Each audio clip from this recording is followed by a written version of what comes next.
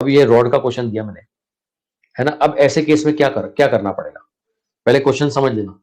ये पूरा का पूरा रॉड है साहब, मास m, मास का डिस्ट्रीब्यूशन यूनिफॉर्म है, इसमें सब जगह मास है, ऐसा नहीं कि खोखली रॉड है, सब जगह मास है ना। अब इसकी एक्सिस पर एक पॉइंट मास लाके रख दिया है, बोल रहा है कि इस m पर नेट ग्रेविटेशनल फोर्स बताओ। देखो अब m पर अगर मैं नेट ग्रेविटेशनल फोर्स बताता हूं, ढंग से सुनना, इस एंड पर अगर मैं चलता हूं, इस एंड पर अगर मैं एक छोटा सा डीएम पोर्शन लेता हूं, तो ये डीएम पोर्शन भी इसको अट्रैक्ट करेगा, ये फोर्स लगाएगा डीएफ1। थोड़ा सा इधर आकर के मैं डीएम पोर्शन लेता हूं, डीएम पोर्शन, एक डीएम पोर्शन और लेता हूं, तो भैया ये भी इसको अट्रैक्ट करेगा, ये भी इस पर अट्रैक्टिव फोर्स लगाएगा डीएफ2। मैं थोड़ा सा एक डीएम पोर्शन यहां पे देता हूं, ठीक है, तो ये भी इसको अट्रैक्ट करेगा, ये भी फोर्स लगाएगा डीएफ3। बात पकड़ में आ रही है साहब? यानी इस रॉड के कण कण में द्रव्यमान है, कण कण में मास है, अरे हर पॉइंट पे मास है और हर मास उसको अट्रैक्ट करेगा, ठीक है। हर पॉइंट मास को बराबर मान ले तो सबका अट्रैक्शन क्या होगा, बराबर होगा, ठीक है। सबकी वजह से मास तो बराबर होगा। मैंने क्या किया, मैंने डीएम डीएम डीएम डीएम लिया, पॉइंट मास मान लिए, तो सारे के सारे पॉइंट मास है, लेकिन सबकी डिस्टेंस तो उससे अलग अलग होगी, सबकी डिस्टेंस अलग अलग होगी, तो सबका फोर्स भी अलग अलग।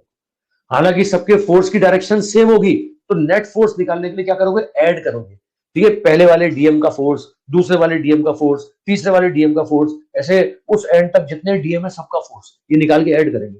तो ऐड करने का मतलब होता है इंटीग्रेट करना, ठीक है। मतलब क्या करना है आपको, यहाँ सीधे सीधे इंटीग्रेट करना है, ठीक है। हाँ, अब मैंने ये तो पॉइंट मास रखा ही सही, स्मॉल एम तो पॉइंट मास है ही सही, ये डीएम को भी पॉइंट मास मान लिया। अब डीएम भी पॉइंट मास है तो फॉर्मुला लगा सकता हूँ, पॉइंट मास के लिए फॉर्मुला लगा सकता हूँ। क्या बोलूंगा, जी एम इंटू डीएम, यहां से डिस्टेंस मान लो इस पॉइंट मास से एक्स, ये देखो ये पॉइंट मास, ये वाला डीएम लिया मैंने, ये डीएम, इस डीएम से डिस्टेंस मान लो एक्स, तो क्या बोलेंगे, डिवाइड बाय एक्स स्क्वायर, ठीक है। अच्छा अब क्या करना है, इंटीग्रेट करना है। इंटीग्रेट करना है तो यहाँ पर वेरिएबल कौन है, वेरिएबल एक्स है, एम तो वेरिएबल नहीं, डीएम तो वेरिएबल नहीं है, वेरिएबल एक्स है, तो एक्स की फॉर्म में इंटीग्रेशन करना पड़ेगा, तो डीएक्स को पिक्चर में लाना पड़ेगा। ध्यान देना साहब, पूरी की पूरी एल लेंथ का मास एम है, तो यूनिट लेंथ का मास होगा m बाय एल, तो भैया dx लेंथ का मास कितना होगा, dx लेंथ का मास m by L into dx होगा।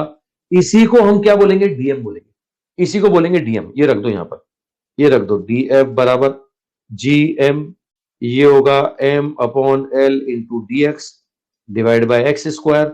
देखो सॉल्व करते हैं तो क्या बनता है, gm अपॉन एल, ये तो कांस्टेंट है ना, ये बन गया x की पावर -2 dx, इंटीग्रेशन करोगे x की पावर -2 का, लिमिट क्या है, इस एंड का डिस्टेंस था d, तो d से लेकर के होगा l प्लस d, ये लिमिट आ गया साहब। रॉड के इस एंड से उस एंड तक इंटीग्रेट करना है, इधर भी मास है वहां तक मास है, इधर वाले मास का डिस्टेंस, इधर वाले डीएम का डिस्टेंस कितना, इधर वाले डीएम का डिस्टेंस d, और उधर वाले डीएम का डिस्टेंस कितना, d प्लस l, तो इंटीग्रेट कर दो साहब। ये इंटीग्रेशन देखो अब सॉल्व करते हैं, ये लिमिट पुट करते हैं, इंटीग्रेशन क्या होगा, सब जानते हो x की पावर n का इंटीग्रेशन क्या होता है, ये होता है x की power n plus 1 upon n plus, इतनी उम्मीद रखूं तुमसे, है ना, इतनी उम्मीद तो रख सकता हूं तुमसे, है ना। बेसिक मैथ्स नहीं पढ़ी लेकिन मुझे शक्ल से तुम पढ़े लिखे बच्चे लगते हो, इतनी बात तुम जानते हो।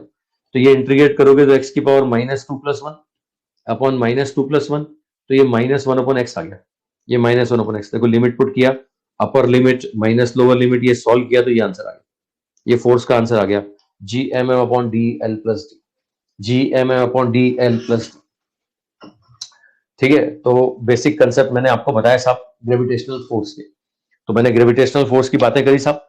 पॉइंट मास के लिए या गोले के लिए हम क्या लगाते हैं, gm1m2/r²। कोई और ऑब्जेक्ट है तो उसके लिए डायरेक्ट ये फॉर्मूला नहीं लगा सकते, तो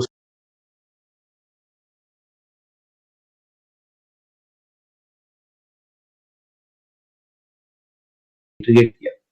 आई थिंक फंडा समझ में आ रहा होगा सब, कॉन्सेप्ट पकड़ में आ रहा है सब, बात पकड़ में आ गई सब, ठीक है। ये x की पावर -2 का इंटीग्रेशन, ये x की पावर -2 है, -2 ये x की पावर -2, समझ रहे हो ना, कहां से लाया मैंने बता ही दिया आप, ये m by L into D x पिछले पेज में बता दिया था, ये इंटीग्रेट करके सॉल्व करते हैं तो आंसर आता है, आ जाएगा सब, हो जाएगा, अरे कर लोगे। तो फोर्स पे बहुत क्वेश्चन कर लिए सब, बहुत क्वेश्चन करा दिए मैंने फोर्स पे। अब बात आगे बढ़ाएं साहब, दुनिया में और भी बहुत कुछ है, तो फोर्स के क्वेश्चन होमवर्क में कर लेना। अब नेक्स्ट में बता रहा हूं साहब, gravitational field and it's intensity, gravitational field intensity, ये फील्ड इंटेंसिटी को सिंबल देते हैं IG, क्या होता है साहब, ढंग से सुन लेना, मेरी बात बड़े ध्यान से सुनना। देखो साहब, ये जो फील्ड होता है ना, ये हर मास का होता है, समझ रहे हो ना। अब होता क्या है, जहां पर उसकी दादागिरी चले, जहां पर उसका अट्रैक्शन चले, जिस रेंज में उसका अट्रैक्शन चलेगा ना, वो बोलेंगे साहब ये इसका फील्ड है। भाई मैं एक मास हूं, मैं जहां तक किसी को अट्रैक्ट कर पा रहा हूं, जिस रेंज तक उसको अट्रैक्ट कर पा रहा हूं, है ना, वो मेरा फील्ड है साहब, समझ रहे हो ना। अब इसमें टर्म डिफाइन करते हैं, फील्ड इंटेंसिटी। अच्छा, इसमें एक और चीज समझना, ये फील्ड जो होता है ना, सबका होता है ना। एक एक सिंपल साधारण मास का भी होता है, आम आदमी का भी होता है, और प्लेनेट का भी होता है। ऐसा नहीं कि खाली प्लेनेट का ही फील्ड होता है, बाकी किसी का फील्ड नहीं होता। दुनिया में हर मास का फील्ड होता है। मेरा भी फील्ड होगा साहब, प्लेनेट का भी फील्ड होगा। मेरे फील्ड को बोलूंगा मैं ग्रेविटेशनल फील्ड, वो प्लेनेट के, अर्थ के फील्ड को बोलेंगे साहब ग्रेविटी, है ना। अर्थ के फील्ड को क्या बोलेंगे साहब, ग्रेविटी। बड़े बड़े लोग हैं यार, चलो जो भी बोलते हैं बोलने दो। अब इसमें फील्ड इंटेंसिटी क्या होती है, इसको समझो। ये दुनिया के हर मास के लिए डिफाइन करते हैं, ये खाली प्लेनेट के लिए नहीं, ये मेरे लिए भी डिफाइन करेंगे, तुम्हारे लिए भी डिफाइन करेंगे, ठीक है। अब मेरे फोर्स फील्ड में कोई आ जाए, तो मैं उस पर फोर्स लगाऊंगा ना, तो उस पर मैंने जो फोर्स लगाया पर यूनिट मास, वो क्या बताएगा, वो मेरी फील्ड इंटेंसिटी को बताएगा, है ना। मैं रिपीट कर रहा हूं, मेरी बात सुन लेना। मेरे फोर्स फील्ड में कोई मास आ जाए, मान लिया मेरे मेरे फोर्स फील्ड में आप आ गए तो आप पर मैंने ग्रेविटेशनल फोर्स लगाया, तो जो मैं ग्रेविटेशनल फोर्स लगा रहा हूं आप पर, वो पर यूनिट मास क्या बताएगा, वो बताएगा मेरी फील्ड इंटेंसिटी को। ऐसे आपके फोर्स फील्ड में मैं आ जाऊं, कोई और आ जाए, तो आप उस पर फोर्स लगाएंगे, तो आपने जो फोर्स लगाया वो पर यूनिट मास क्या बताएगा, आपकी फील्ड इंटेंसिटी को बताएगा। बात समझ में आ गई साहब। ये आम पार्टिकल है तो उसको बोलते हैं फील्ड इंटेंसिटी, और यही अगर प्लेनेट होता है ना, तो उसको बोलते हैं ग्रेविटेशन एक्सीलरेशन। आगे बताऊंगा, मैं ग्रेविटेशन एक्सीलरेशन के समय दोबारा बताऊंगा। अभी देखो साहब, इसमें देखो, ये एक मास रखा मैंने, इसके फोर्स फील्ड में स्मॉल एम को रखा, तो कैपिटल एम इस पर फोर्स लगाएगा साहब, लगाएगा। तो ये फोर्स पर यूनिट मास को बोलेंगे इस कैपिटल एम की फील्ड इंटेंसिटी, ठीक है। तो आई बराबर क्या बोलेंगे, एफ अपॉन एम। अच्छा, अब आई की डायरेक्शन क्या है, आई भी वेक्टर है, आई भी वेक्टर है, इसकी डायरेक्शन बिल्कुल फोर्स की डायरेक्शन में होती है, और फोर्स का डायरेक्शन कहाँ होता है, जो अट्रैक्ट करता है उसी की तरफ होता है ना। तो फील्ड इंटेंसिटी की डायरेक्शन सुन लो, वेक्टर फॉर्म में डाटा लिखने वाला हूं, फील्ड इंटेंसिटी की डायरेक्शन लिख लो, कहां आ रहा है, इस मास की तरफ, है ना। अब ध्यान से सुनना, ये एक एम था, कैपिटल एम था, इसमें एक स्मॉल एम को तुमने रखा, इसने कैपिटल एम ने स्मॉल एम को अट्रैक्ट किया, तो ये एफ की डायरेक्शन इस तरफ है, तो आई जी की डायरेक्शन भी इसी तरफ होगी। अब ये कैसे बताएंगे, जो पोजीशन वेक्टर होगा ना एम, उसके अपोजिट होगी। अगर मैं एम का पोजीशन वेक्टर लिखता हूं इस डायरेक्शन में आर वेक्टर, तो आई जी की डायरेक्शन आर वेक्टर के अपोजिट होगी। तो वेक्टर फॉर्म में कैसे लिखे, वेक्टर फॉर्म में इस आई जी को क्या लिखोगे, ये लिखोगे एफ अपॉन एम, है ना। डायरेक्शन कहां होगी, टुवर्ड्स मास। अच्छा, अब एफ का वैल्यू कितना होता है, एफ का वैल्यू होगा साहब G M M upon R square divide by M. Solve करेंगे तो ये G M upon R square बन जाएगा, और डायरेक्शन लिखूंगा मैं minus R cap, direction minus R cap. Concept पकड़ में आ गया होगा। माइनस आर कैप क्यों लिख रहा हूं, क्योंकि फोर्स के अपोजिट है ना। जिस पर फोर्स लगता है उसका पोजीशन वेक्टर है आर, तो ये हमेशा उसके अपोजिट होगा। अच्छा, यूनिट वेक्टर में ना लिख करके, एक तो मैंने यूनिट वेक्टर में लिखा, ये फॉर्मूला बना GM upon R square minus R cap. Unit vector में ना लिख के इसको पोजीशन वेक्टर की फॉर्म में लिखे, तो क्या लिखोगे, जीएम अपॉन आर की पावर 3, ये लिखोगे minus R vector. I think फंडा समझ में आ गया होगा, ठीक है। और फोर्स पर यूनिट मास, ये बिल्कुल वैसे ही कंसेप्ट है जैसे इलेक्ट्रिसिटी में पढ़ते हो ना, force per unit charge. Electric field intensity बोलते हैं वहां बोलते हैं इलेक्ट्रिक फील्ड इंटेंसिटी, यहां बोलते हैं ग्रेविटेशनल फील्ड इंटेंसिटी, वहां बोलते हैं electrostatic force per unit charge, यहां बोल रहे हैं gravitational force per unit mass. ये बिल्कुल वैसा का वैसा केस है, ठीक है। ये माइनस साइन किसको बताएगा साहब, डायरेक्शन। वेक्टर क्वांटिटी में माइनस साइन बताएगा डायरेक्शन को। आई थिंक फंडा समझ में आ गया होगा। चलो, अब मैं अलग अलग ऑब्जेक्ट के लिए आईजी का वैल्यू निकालता हूं। तो मेरे पास फोर्स का फॉर्मूला किसके लिए, पॉइंट मास के लिए या गोले के लिए, तो पॉइंट मास और गोलों के लिए अपन आईजी निकाल लेते हैं। तो सबसे पहले मैं निकाल रहा हूं पॉइंट मास। पॉइंट मास देखो, ये कैपिटल एम मास के फोर्स फील्ड में इस स्मॉल एम को रखते हैं, तो स्मॉल एम पे फोर्स लगेगा, ये फोर्स पर यूनिट मास क्या आएगा अभी निकाला मैंने। ये देखो वेक्टर फॉर्म में भी लिखा मैंने, अरे वेक्टर फॉर्म में भी लिखा मैंने। ये कैप लिखोगे तो आर स्क्वायर आएगा, वेक्टर लिखोगे तो आर क्यू आएगा, है ना। ये एम क्या है, M is the mass of that particle due to which intensity is to be found, ठीक है। जिसकी वजह से इंटेंसिटी निकाल रहे हैं उसका मास। रुक जाओ, काम की बात सुन लो। इस फॉर्मूले में कहीं कहीं वो टेस्ट मास नहीं आ रहा। मेरा फील्ड इंटेंसिटी है तो मेरा मास आ रहा है, तुम्हारा नहीं आ रहा। मेरे फोर्स फील्ड में तुम आओगे, है ना। तो मेरी फील्ड इंटेंसिटी के फॉर्मूले में मेरा मास आएगा, तुम्हारा मास नहीं आएगा। गौर कर लेना, कैपिटल एम आ रहा है, स्मॉल एम नहीं आ रहा, ठीक है। तो स्मॉल एम पे डिपेंड नहीं करता है ना। जिसके ऊपर तुम फील्ड इंटेंसिटी देख रहे हो उस पर डिपेंड नहीं कर रहा। अब मैं मास हूं, है ना, मेरा मास है सपोज कैपिटल एम। अब मेरे फोर्स फील्ड में मैं इसको लेकर के आऊं, या मेरे फोर्स फील्ड में मैं इसको लेकर के आऊं, है ना, इनके मास पे डिपेंड नहीं करेगा। ये किस पे डिपेंड करेगा? मेरे मास पे डिपेंड करेगा। समझ लो, टेस्ट मास पे डिपेंड नहीं करता है, ठीक है। किस पे डिपेंड करता है? एम पर और आर पर। चलो, ये आंसर आया पॉइंट मास का। अब मैं बोल रहा हूं कि मैं आंसर निकालूंगा, फील्ड इंटेंसिटी निकालूंगा, gravitational field intensity due to spherical mass distribution. दो तरह के केस मिलेंगे, एक मिलेगा सॉलिड स्फीयर, ठीक है। सॉलिड स्फीयर मतलब मास का डिस्ट्रीब्यूशन पूरे वॉल्यूम में यूनिफॉर्म है ना। आइडियल केस, मास सब जगह पूरा बटा हुआ है। अच्छा, इसी को बोलते हैं साहब अर्थ, है ना, इसी को बोलते हैं अर्थ। यही वाला केस बनेगा प्लेनेट के लिए, ठीक है। ये प्लेनेट, समझ लो ना, हम अर्थ का, प्लेनेट का या सॉलिड स्फीयर का आईजी निकाल रहे हैं, ठीक है। अब वैसे अब मैं आपको अगर बताना चाहूं तो एक लाइन में बात बता सकता हूं। इलेक्ट्रोस्टेट, electric field intensity, non conducting sphere, अगर आपको याद आता हो तो नॉन कंडक्टिंग स्फीयर की इलेक्ट्रिक फील्ड के फॉर्मूले पढ़े आपने, गोले की सरफेस पर, गोले के बाहर, गोले के अंदर। वही के वही फॉर्मूले यहां आएंगे, वही के वही फॉर्मूले यहां आएंगे। बस डिफरेंस क्या रहेगा? डिफरेंस रहेगा, वहां आता था के, क्यू, के की जगह आएगा जी, क्यू की जगह आएगा ए। चलो मैं प्रूफ कर लेता हूं, फिर कंपैरिजन करते हैं, ठीक है। देखो साहब, इसमें तीन जगह पूछेगा आपसे। एक बोलेगा सरफेस पे बताओ, ये गोला, जूम करके बता रहा हूं, solid sphere, solid sphere, radius कितनी है साहब? रेडियस है इसकी कैपिटल आर। एक पॉइंट देगा आपको बाहर, ये फर्स्ट पॉइंट आपको दिया बाहर, फर्स्ट पॉइंट बाहर, ये सेंटर है, ये बाहर, तो R more than R. Second point दे रहा हूं साहब कहां? सरफेस पर, ये सेकेंड पॉइंट सरफेस पर, इसके लिए आर बराबर आर होगा। तीसरा पॉइंट दे रहा हूं इस गोले के अंदर, इसके लिए होगा R less than R, surface पर, अंदर और बाहर। चलो सबसे पहले मैं बाहर निकालता हूं, R more than R, outside. अब आउटसाइड के लिए बोले तो तुम्हें पता है फोर्स पर यूनिट मास, है ना, और इसको गोले को पॉइंट मास मान सकते हैं, और पॉइंट मास के लिए फॉर्मूला GM1M2/r²। ये सॉल्व करोगे तो यही आंसर आएगा, GM1r²। अच्छा, सरफेस पे भी ये आएगा, लेकिन आर बराबर आर हो गया, ध्यान देना, सरफेस पे आर बराबर आर हो गया। माइनस आर के हमेशा डायरेक्शन को बता रहा है कि डायरेक्शन कहां होगी? Toward centre. डायरेक्शन कहां होगी? Toward centre. बात पकड़ में आ रही होगी साहब? आर मोर देन आर या आर बराबर आर, गोले के बाहर या गोले की सरफेस पर, आईजी का वैल्यू हमेशा कहां होगा? गोले के सेंटर की तरफ होगा, ये गोले के सेंटर की तरफ होगा। अच्छा, तीसरा केस, तीसरा केस अंदर आ जाओ साहब, when R less than R, अंदर आ जाओ, गोले के अंदर। देखो गोले के अंदर, देखो ये मैं सेंटर से डिस्टेंस दे रहा हूं स्मॉल आर, सेंटर से डिस्टेंस स्मॉल आर, तो मैंने ये एक छोटा सा स्मॉल आर रेडियस का गोला मान लिया सब, है ना। तो अगर मैं यहां निकालना चाहता हूं तो इस छोटे गोले की सरफेस पे होगा, तो पूरे गोले के तो अंदर होगा, लेकिन छोटे गोले की सरफेस पे होगा ना। और सरफेस के लिए फॉर्मूला ये बोलोगे ना, ये GM/r², है ना, ये सरफेस की रेडियस अगर आर माने। अब एम डैश मास निकालना पड़ेगा, इतने हिस्से का मास निकालना पड़ेगा। मास गोले के लिए बोले तो volume into density, volume 4π3πr³ into density. अब पूरे की रेडियस आर है, इसकी रेडियस स्मॉल आर है, तो कंपेयर कर लो, ये स्मॉल आर की पावर 3 इंटू डेंसिटी, ये 4π3π कैपिटल आर की पावर 3 इंटू डेंसिटी। तो एम डैश बराबर क्या मिलेगा? r/r की पावर 3 इंटू एम, ये मिलेगा साहब। एम डैश बराबर r/r की पावर 3 इंटू एम।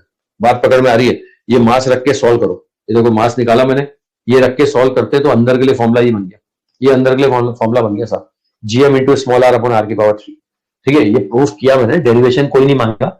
अगर आपको इलेक्ट्रिक फील्ड इंटेंसिटी के फॉर्मूले याद है तो ग्रेविटेशनल फील्ड इंटेंसिटी के फॉर्मूले भी याद हो। वहां बोलते थे KQ/r², यहां बोलते हैं GM/r², के की जगह जी आ रहा है, क्यू की जगह एम आ रहा है, कोई ज्यादा फर्क नहीं है। अगर इलेक्ट्रिक फील्ड इंटेंसिटी का फॉर्मूला याद है ना, तो ग्रेविटेशनल फील्ड इंटेंसिटी का फॉर्मूला भी तुम्हें याद होगा। तो मैं बात को कंक्लूड कर रहा हूं, मैंने बताया बाहर, सरफेस पर और अंदर।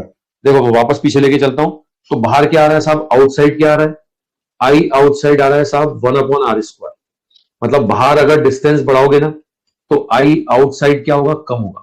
बाहर दूर जाने पर, जितना दूर जाओगे फील्ड इंटेंसिटी कम होती जाएगी, जितना जितना दूर जाओगे फील्ड इंटेंसिटी उतनी उतनी कम हो जाएगी। किसी बच्चे को हाथ नहीं उठाना, हैंड राइज नहीं करना, यहां पर डाउट लिखना है, यहां पर डाउट लिखना है, ठीक है। मैं क्या बोल रहा हूं, पॉइंट मास की वजह से आंसर निकाला, अब मैंने गोले की वजह से आंसर निकाला। अब गोले की वजह से मैं क्या बोल रहा हूं, सरफेस पर, बाहर और अंदर, तीन जगह पर मैं फील्ड इंटेंसिटी शो कर रहा हूं। तो मैंने प्रूफ करके दिखाया। मैं बोल रहा हूँ डेरिवेशन नहीं नहीं पूछेगा कोई आपसे। आपको अगर इलेक्ट्रिक फील्ड इंटेंसिटी के फॉर्मूले याद है नॉन कंडक्टिंग स्फीयर के, तो वही रिजल्ट यहाँ आ रहा है ना। वहां आता था के क्यू बाय आर स्क्वायर, के की जगह जी आ रहा है, क्यू की जगह एम आ रहा है, के की जगह क्यू, जी की जगह एम। ठीक है, इसमें क्या लर्न करना है मैं वही बता रहा हूँ। मैं पूरी बात समझाता हूँ, उसके बाद मैं बात को कंक्लूड करता हूँ। आप लगातार मेरी बात सुना करो। मैं मुद्दे की बात आखिरी में बोलता हूँ, जो ये बात याद रख लो। तो मैं बोल रहा हूँ, अब सुन लो। ये गोले के बाहर का आंसर याद करो। ये गोले के बाहर इतना होता है, ये गोले की सरफेस पे इतना होता है ना, और गोले के अंदर इतना होता है। ये फॉर्मूला याद करना है, तीन है ना। मैं यहाँ बॉक्स में लिख देता हूँ, बॉक्स में लिख देता हूँ। अगर आर लेस देन आर है, मतलब कहां बात कर रहे हैं, इनसाइड, अंदर की बात। तो अंदर के लिए फॉर्मूला बनता है G M into small R upon R की पावर 3। डायरेक्शन नहीं लिख रहा हूं, डायरेक्शन तो पता है सेंटर की तरफ होगी। अगर आर बराबर आर बोलता हूं तो ये सरफेस है, ये सरफेस है। तो आई सरफेस, ये आंसर आता है GM upon capital R square. अगर मैं बोलता हूं I R more than R, outside, बाहर की बात कर रहा है, तो बाहर के लिए, आउटसाइड के लिए, ये आंसर बनता है GM upon small R square. ठीक है, ये हमने आंसर किसके लिए बनाया, ये सॉलिड स्फीयर के लिए। सॉलिड स्फीयर, या क्या बोले, अर्थ बोलो, या क्या बोले, प्लेनेट बोले। ठीक है, किसी ग्रह के लिए, अर्थ के लिए, या सॉलिड स्फीयर के लिए ये आंसर है। ये ध्यान रखना है। ठीक है, ये फॉर्मूला ध्यान रखना है। ये अंदर का फॉर्मूला है ना, ये सरफेस का फॉर्मूला, ये बाहर का फॉर्मूला। अब एक एक करके बात करते हैं। पहले मैं अंदर की बात कर रहा हूं, इनसाइड बात करता हूं, अंदर की। देखो अंदर अगर मैं बोलूं कि आर बराबर 0 है, आर बराबर 0 मतलब सेंटर हो गया, ये अर्थ का सेंटर हो गया, गोले का सेंटर हो गया। देखो फॉर्मूले में आर बराबर 0 रखोगे तो आईजी का वैल्यू 0 आएगा। बोले अंदर अर्थ के सेंटर पर, किसी प्लेनेट के सेंटर पर, या सॉलिड स्फीयर के सेंटर पर आईजी का वैल्यू क्या होगा, 0 होगा। आईजी का वैल्यू 0। बात पकड़ में आ गई। अच्छा, अंदर और मैं देखूं, अंदर अगर मैं बोलता हूं तो I inside is proportional to R है, मतलब सेंटर से दूर जाओ साहब, सेंटर से डिस्टेंस बढ़ाओगे ना तो आईजी बढ़ेगा, और लीनियरली बढ़ेगा। ग्राफ बनेगा स्ट्रेट लाइन, ग्राफ बनेगा स्ट्रेट लाइन। ठीक है, बात पकड़ में आ रही है साहब। ठीक है, अच्छा बाहर की बात करें अपन, आउटसाइड। देखो आउटसाइड, अगर मैं आउटसाइड बोलता हूं तो आर बढ़ेगा ना, तो आर बढ़ने पर आई आउटसाइड कम होता जाएगा, और 1/r स्क्वायर के अकॉर्डिंग कम होगा, हाइपरबोलिक फॉर्म में कम होगा। अच्छा, आर बढ़ते बढ़ते अगर इनफाइनाइट पहुंचा दिया ना, तो आई का वैल्यू 0 हो जाएगा। इनफाइनाइट पे जाके फील्ड इंटेंसिटी खत्म हो जाएगी। ठीक है, तो सुन लो मेरी बात, इनफाइनाइट पे भी 0 है, और अर्थ के सेंटर पे भी 0 है ना। अर्थ के सेंटर से बाहर चले तो पहले लीनियरली बढ़ेगा, अर्थ के सेंटर से बाहर की तरफ चलोगे तो पहले लीनियरली बढ़ेगा, है ना, सरफेस पे पहुंच के मैक्सिमम हो जाएगा, और सरफेस के बाहर जाओगे ना तो हाइपरबोलिक फॉर्म में कम होगा। ठीक है, मैं ग्राफिकली बता देता हूँ ये बात। देखो ग्राफ बनाया मैंने, है ना, ये सारी बातें मैंने यहाँ लिख रखी है, और ये ग्राफ बना रखा है। देखो, ये देखो, अर्थ के सेंटर पर क्या है, 0। ये कहां है, ये सेंटर है साहब, ये सेंटर। सरफेस पर ये आर बराबर आर का मतलब सरफेस, सरफेस सेंटर से सरफेस तक लीनियरली बढ़ा। देखो लीनियरली बढ़ा, I is proportional to R, linearly बढ़ रहा है। सरफेस पर क्या आ गया साहब, ये सरफेस पर मैक्सिमम वैल्यू आ गई, और सरफेस के बाहर ये हाइपरबोलिक फॉर्म से कम होगा। ठीक है, 1/r स्क्वायर। फिर थोड़ा सा बेसिक मैथ्स में बताऊं, अगर मैं बोलता हूं ना y is inversely proportional to x, तो ग्राफ बनता है रेक्टेंगुलर हाइपरबोला। ठीक है, ग्राफ बनता है रेक्टेंगुलर हाइपरबोला, रेक्टेंगुलर हाइपरबोला। और अगर मैं बोलता हूं ना y is proportional to 1/x square, या y is proportional to 1/√x, या मैं बोलता हूं y is proportional to 1/x की पावर 3, या मैं बोलता हूं y is proportional to x की पावर n, n कोई भी पॉजिटिव वैल्यू, तो इस केस, सारे केस में ग्राफ बनता है हाइपरबोला। ये हाइपरबोला, ये देखने में ऐसा होता है साहब, अगर आपको याद आता हो। ठीक है, बेसिक मैथ्स, मैं बेसिक मैथ्स के फंडे को बहुत याद दिलाता हूं। कल मैंने मैक्सिमम मिनिमम कंसेप्ट बताया था, कल मैंने जीपी के बारे में बताया था, आज ये ग्राफ के बारे में बता रहा हूं। ठीक है, तो भैया देख लो, सेंटर से सरफेस तक तो लीनियरली बढ़ेगा, और सरफेस के बाहर क्या होगा, हाइपरबोलिक फॉर्म में कम होगा। मतलब मैक्सिमम फील्ड इंटेंसिटी कहां होगी, मैक्सिमम फील्ड इंटेंसिटी होगी सरफेस पर। अर्थ की सरफेस पर field intensity maximum, solid sphere के सरफेस पर फील्ड इंटेंसिटी मैक्सिमम। सरफेस से दूर जाओगे घटती जाएगी 1/r स्क्वायर के अकॉर्डिंग, मतलब हाइपरबोलिक फॉर्म में, और सेंटर से सरफेस तक आओगे तो लीनियरली बढ़ता जाएगा। आई थिंक फंडा समझ में आ गया। अर्थ के सेंटर पर 0 है, सरफेस पे मैक्सिमम है, और इनफाइनाइट पर फिर जाके क्या हो जाएगा, 0 हो जाएगा। ठीक है, फील्ड इंटेंसिटी का डायरेक्शन मैंने बताया ना, गोले के सेंटर की तरफ, फील्ड इंटेंसिटी का डायरेक्शन गोले की सेंटर की तरफ। ठीक है, ये नेगेटिव साइन, नेगेटिव डायरेक्शन में इसलिए बना रहे हैं अपन, क्योंकि आईजी को अपन नेगेटिव ले रहे हैं ना, वो नेगेटिव साइन डायरेक्शन को तो बता रहा है, वो नेगेटिव साइन किसको बता रहा है, डायरेक्शन को, इसलिए माइनस में प्लॉट किया, ये माइनस में प्लॉट किया। तुमने आईजी के जितने फॉर्मूले बनाए, ये देखो पीछे फॉर्मूले सब में माइनस माइनस लिख रहे हो ना, ये माइनस माइनस किसको बता रहा है, ये माइनस माइनस डायरेक्शन को तो बता रहा है। वेक्टर क्वांटिटी में माइनस माइनस साइन डायरेक्शन को शो करता है, इसलिए अपन ये माइनस में प्लॉट कर रहे हैं। आई थिंक फंडा समझ में आ गया होगा, कॉन्सेप्ट पकड़ में आ गया, यस और नो। सॉलिड स्फीयर समझ में आ गया, यस और नो टाइप करो, बात पकड़ में आ गई है, okay, yes yes yes yes, very good. अब मैं बात करूंगा हॉलो स्फीयर, इसी को बोलते हैं स्पेरिकल शेल। ठीक है, अगले कंसेप्ट पे आ जाओ, है ना, स्पेरिकल शेल, इसी को बोलते हैं हॉलो स्फीयर, है ना, खोखला गोला। अब खोखला है इसका मतलब सारा का सारा मास सरफेस पे होगा, खोखला है तो सारा मास सरफेस पे होगा, है ना। ये बाहर भाई अंदर कुछ नहीं होगा, बाहर तो वैसे भी नहीं हो सकता, सारा का सारा मास कहां मिलेगा, सरफेस पे। वही आंसर, कहां पूछेगा, बाहर बताओ आईजी कितना, सरफेस पे बताओ आईजी कितना, अंदर बताओ आईजी कितना। ठीक है, अगर आपको अब अगर कंडक्टिंग स्फीयर के आंसर याद आते हो, इलेक्ट्रिक फील्ड में कंडक्टिंग स्फीयर के आंसर याद आते हो, तो नॉन कंडक्टिंग और कंडक्टिंग में एक ही डिफरेंस आता था, अंदर का। अंदर फील्ड इंटेंसिटी 0 होती थी, बाहर का और सरफेस का आंसर वही आता था। यहां भी वही है, यहां भी वही है। देखो बाहर का आंसर वही है, सरफेस का आंसर भी वही है। देखो बाहर का आंसर भी वही बोल रहा हूं जो मैंने सॉलिड स्फीयर का बोला, है ना, सरफेस का आंसर भी वही बोल रहा हूं जो मैंने सॉलिड स्फीयर का बोला। फर्क आएगा सिर्फ अंदर के आंसर पर। मैं आपको बता दूं, अंदर फील्ड इंटेंसिटी क्या होती है, 0 होती है। अंदर इस गोले की वजह से फील्ड इंटेंसिटी क्या होगी, 0। अगर स्पेरिकल शेल का मास m है ना, तो इसकी वजह से अंदर सारे पॉइंट पर फील्ड इंटेंसिटी 0। अच्छा, खाली सेंटर पे नहीं, नॉन कंडक्टिंग में तो सेंटर पे 0 थी, सॉलिड स्फीयर में तो खाली सेंटर पे 0 थी, यहां सेंटर पर नहीं है, सेंटर से सरफेस तक सारे पॉइंट्स पर फील्ड इंटेंसिटी का वैल्यू क्या होगा, 0। अंदर अंदर हर पॉइंट पे फील्ड इंटेंसिटी 0। ये देखो देखो आ जाओ, ये देखो, ये पॉइंट ले रहा हूं मैं r बराबर 0, r बराबर 0 मतलब क्या हो गया, सेंटर। ये पॉइंट ले रहा हूं मैं r बराबर r, ये क्या हो गया, ये हो गया सरफेस। तो आप देखो सेंटर से सरफेस तक सारे पॉइंट पर आईजी का वैल्यू कितना है, 0। सेंटर से सरफेस तक मतलब गोले के अंदर सारे पॉइंट पर आईजी 0। अच्छा, इनफाइनाइट पे जाके फिर 0 होगा, इनफाइनाइट का मतलब तो फोर्स फील्ड ही खत्म हो गया, लेकिन गोले के अंदर फील्ड इंटेंसिटी क्या रहेगा, 0। किसकी वजह से, गोले की वजह से, है ना। अच्छा, बाहर कोई रखा होगा ना मास, उसकी वजह से नहीं होगा। कल बताया था मैंने, ग्रेविटेशनल शील्डिंग नहीं होती है। मेरी बात ढंग से सुन लेना, कान खोल के, दोबारा बोल रहा हूं। इस गोले की वजह से, गोले के अंदर हॉलो स्फीयर की वजह से, स्पेरिकल शेल की वजह से अंदर फील्ड इंटेंसिटी 0 होता है ना। लेकिन इस स्पेरिकल शेल के बाहर कोई मास रखा है ना, तो उसका फील्ड इंटेंसिटी इस गोले के अंदर होगा। मैंने बताया था, कल बताया था शील्डिंग, है ना, कल शील्डिंग बताया था मैंने, डिफरेंस देख लेना। तो अब ग्राफ पे आ जाओ साहब, अंदर सब जगह आएगी 0, सरफेस पे क्या मिलेगा, सरफेस पे मैक्सिमम मिलेगा, फिर से सरफेस पर फिर से मैक्सिमम, और सरफेस के बाहर जाओगे तो 1/r² के अकॉर्डिंग हाइपरबोलिक फॉर्म में कम होगा। तो ये 2 ग्राफ बनाए मैंने, एक स्पेरिकल शेल के लिए और एक सॉलिड स्फीयर के लिए, है ना। किसी प्लेनेट का आंसर मांगे, अर्थ का आंसर मांगे, तो सॉलिड स्फीयर वाला आंसर देना, ये हॉलो वाला मत देना। तो आई थिंक आईजी क्लियर हो गया सबको। तो आईजी पॉइंट मास का, आईजी सॉलिड स्फीयर का, आईजी हॉलो स्फीयर का, ये तीनों के आंसर बताया मैंने, गोले के लिए अंदर, सरफेस पर और बाहर। अब एक टर्म और पढ़ते हैं, नेक्स्ट टर्म पे आओ सब, ठीक है।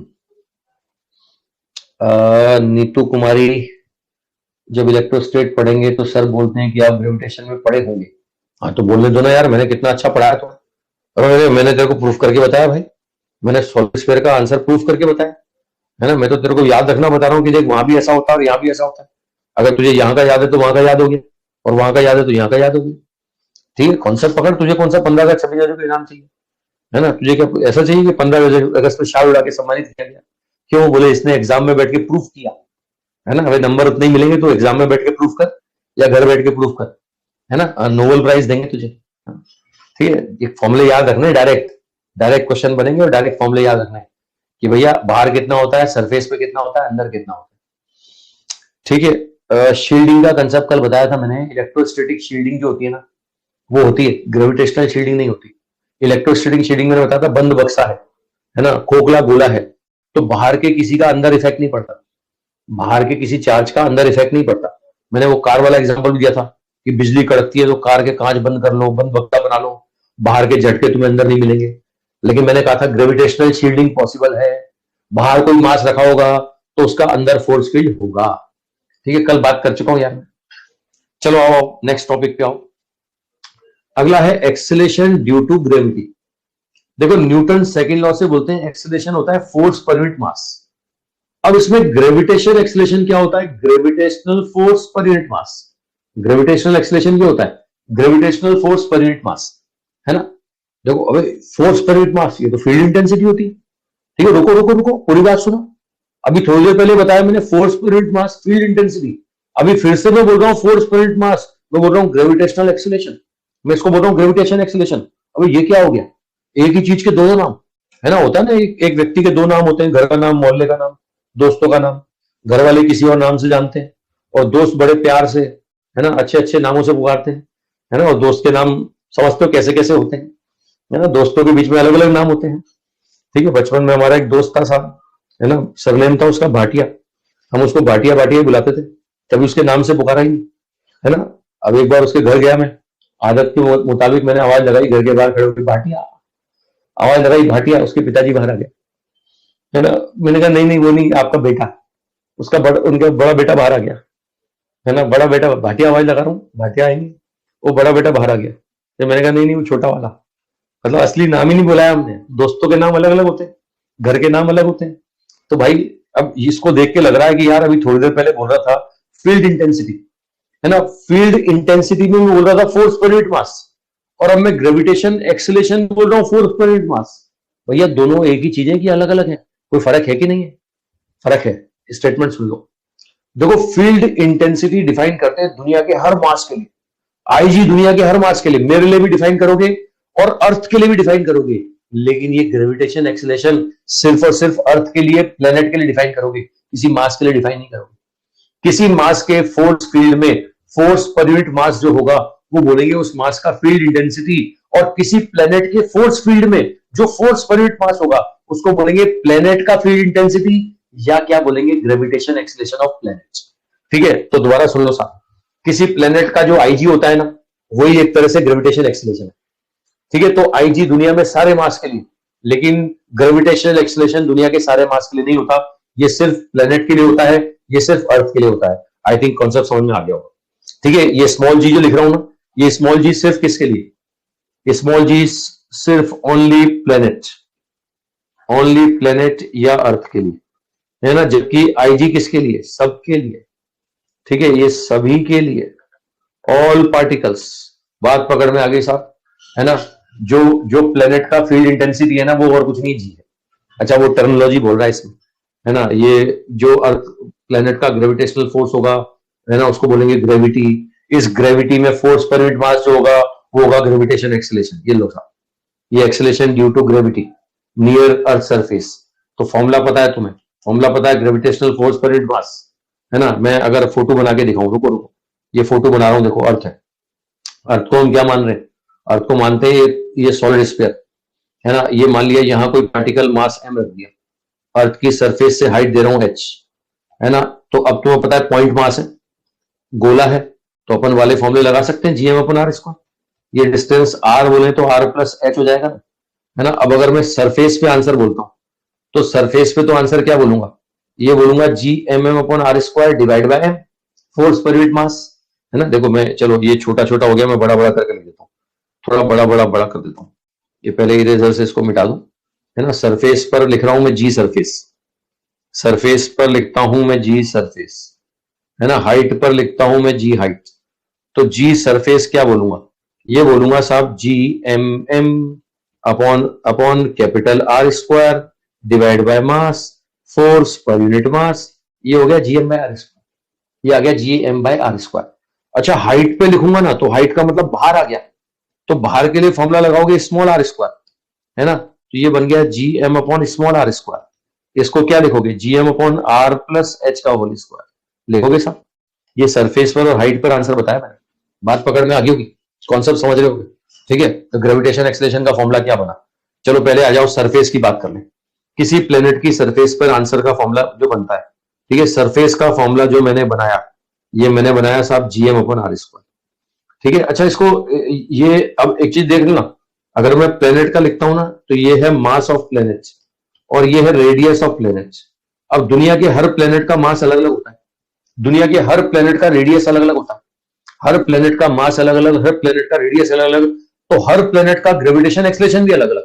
ये आंसर जो लिखा है ना 9.8, ये किसका लिखा है? ये सिर्फ अर्थ का लिखा है, सबका नहीं लिखा। अर्थ के लिए 9.8 है ना। कोई प्लेनेट बदलोगे तो आंसर बदल जाएगा। मून पे जाओगे ना तो मून का जो जी होता है, ये मून का जी अर्थ के जी का 1/6 होता है, अर्थ के जी का 1/6 होता है। अच्छा जुपिटर पे जाओगे, ठीक है, जुपिटर पे जाओगे तो ये मोर देन जी अर्थ होता है, लगभग 1.5 गुना होता है। हर प्लेनेट का जी अलग अलग होगा, ठीक है। अब लेकिन रुकना, अब ये आइडियल केस मान के सॉल्व किया अपन ने। आइडियल केस क्या माना है? हमने माना है कि अर्थ का जो मास है ना, ये यूनिफॉर्मली डिस्ट्रीब्यूटेड है, जबकि तुम्हें पता है कि यूनिफॉर्मली होता नहीं है ना। हमने क्या माना है? हमने सॉलिड स्फीयर का फॉर्मूला लगाया, तो हम ये मान के चल रहे हैं कि मास जो है ना वो यूनिफॉर्मली डिस्ट्रीब्यूटेड है, सब जगह मास बराबर है, जबकि अर्थ में ऐसा होता नहीं।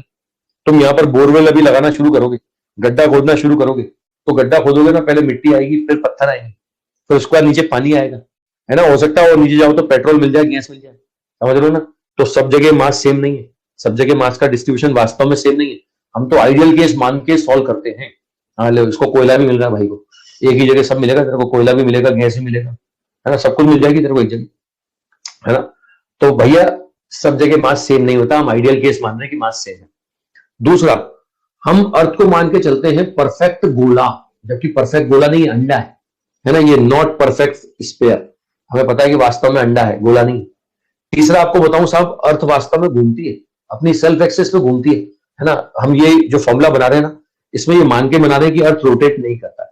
ये फॉर्मूला जो है ना, जो मैंने लिखा gm/r², ये कब एप्लीकेबल होगा? पहला केस मास का डिस्ट्रीब्यूशन यूनिफॉर्म माना जाए, दूसरा केस अर्थ घूमता नहीं है ऐसा कंसीडर किया जाए, तीसरा केस अर्थ को परफेक्ट गोला माना जाए।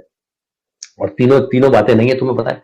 परफेक्ट गोला नहीं, अंडा है, अर्थ घूमती है, ये भी तुम्हें पता है, और तुम्हें ये भी पता है कि मास का डिस्ट्रीब्यूशन यूनिफॉर्म नहीं है, ठीक है। तो कुछ नहीं, आइडियल केस पढ़ते हैं अपन फिजिक्स में। अपन तो क्या पढ़ते हैं? Ideal case. तो भैया ये फॉर्मूला किसके लिए? आइडियल केस के लिए। और नहीं बोलेगा तो आइडियल ही मानते हैं अपन, ठीक है। तो ग्रेविटेशन एक्सेलरेशन का फॉर्मूला मैं आपको बता दूं, सरफेस पे आंसर कितना है? gm/r², और हाइट पर आंसर कितना है? gm/r+h का होल स्क्वायर। ये दोनों फॉर्मूले यहां लिख रखे मैंने, ये g सरफेस और ये g हाइट, ठीक है। अब हाइट पर जाने पर क्या फर्क पड़ेगा? हाइट का इफेक्ट पढ़ ले साहब। अच्छा, इससे पहले एक फॉर्मूला और बताऊं मैं, एक फॉर्मूला डेंसिटी की फॉर्म में और बनता है इससे, है ना। एक फॉर्मूला डेंसिटी की फॉर्म में और बनता है। भाई मास जानते हो तुम, वॉल्यूम इंटू डेंसिटी। गोले का वॉल्यूम सबको पता है 4π3πr3। अच्छा, डेंसिटी को मैं रो सिंबल दे रहा हूं, रो। ये मास उठा के इस जी के फॉर्मूले में रख दो, ये gm/r², ये मास उठा करके इसके फॉर्मूले में रख दो। ये फॉर्मूला कितना साहब? 4π3πr³ into rho divide by r²। अब ये सॉल्व करेंगे ना, ये आएगा 4π3πgr इंटू रो। ये लो साहब, ये डेंसिटी की फॉर्म में फॉर्मूला आ गया। ये डेंसिटी की फॉर्म में फॉर्मूला बना दिया, 4π3πgr इंटू रो। अच्छा, अब मैं कंक्लूड कर रहा हूं, मतलब की बात जो याद रखने वाली है, जो याद रखने वाली बात है वो यहां बॉक्स में बना रहा हूं साहब, है ना। सरफेस पे कितना होगा, हाइट पे कितना होगा, ये तो मैंने पिछले वाले पेज पे भी लिखा। मैं यहां पर तुम्हारे सामने फाइनल कंक्लूजन, जी का जो फॉर्मूला तुम्हें याद रखना है वो मैं लिख रहा हूं, ध्यान से देना।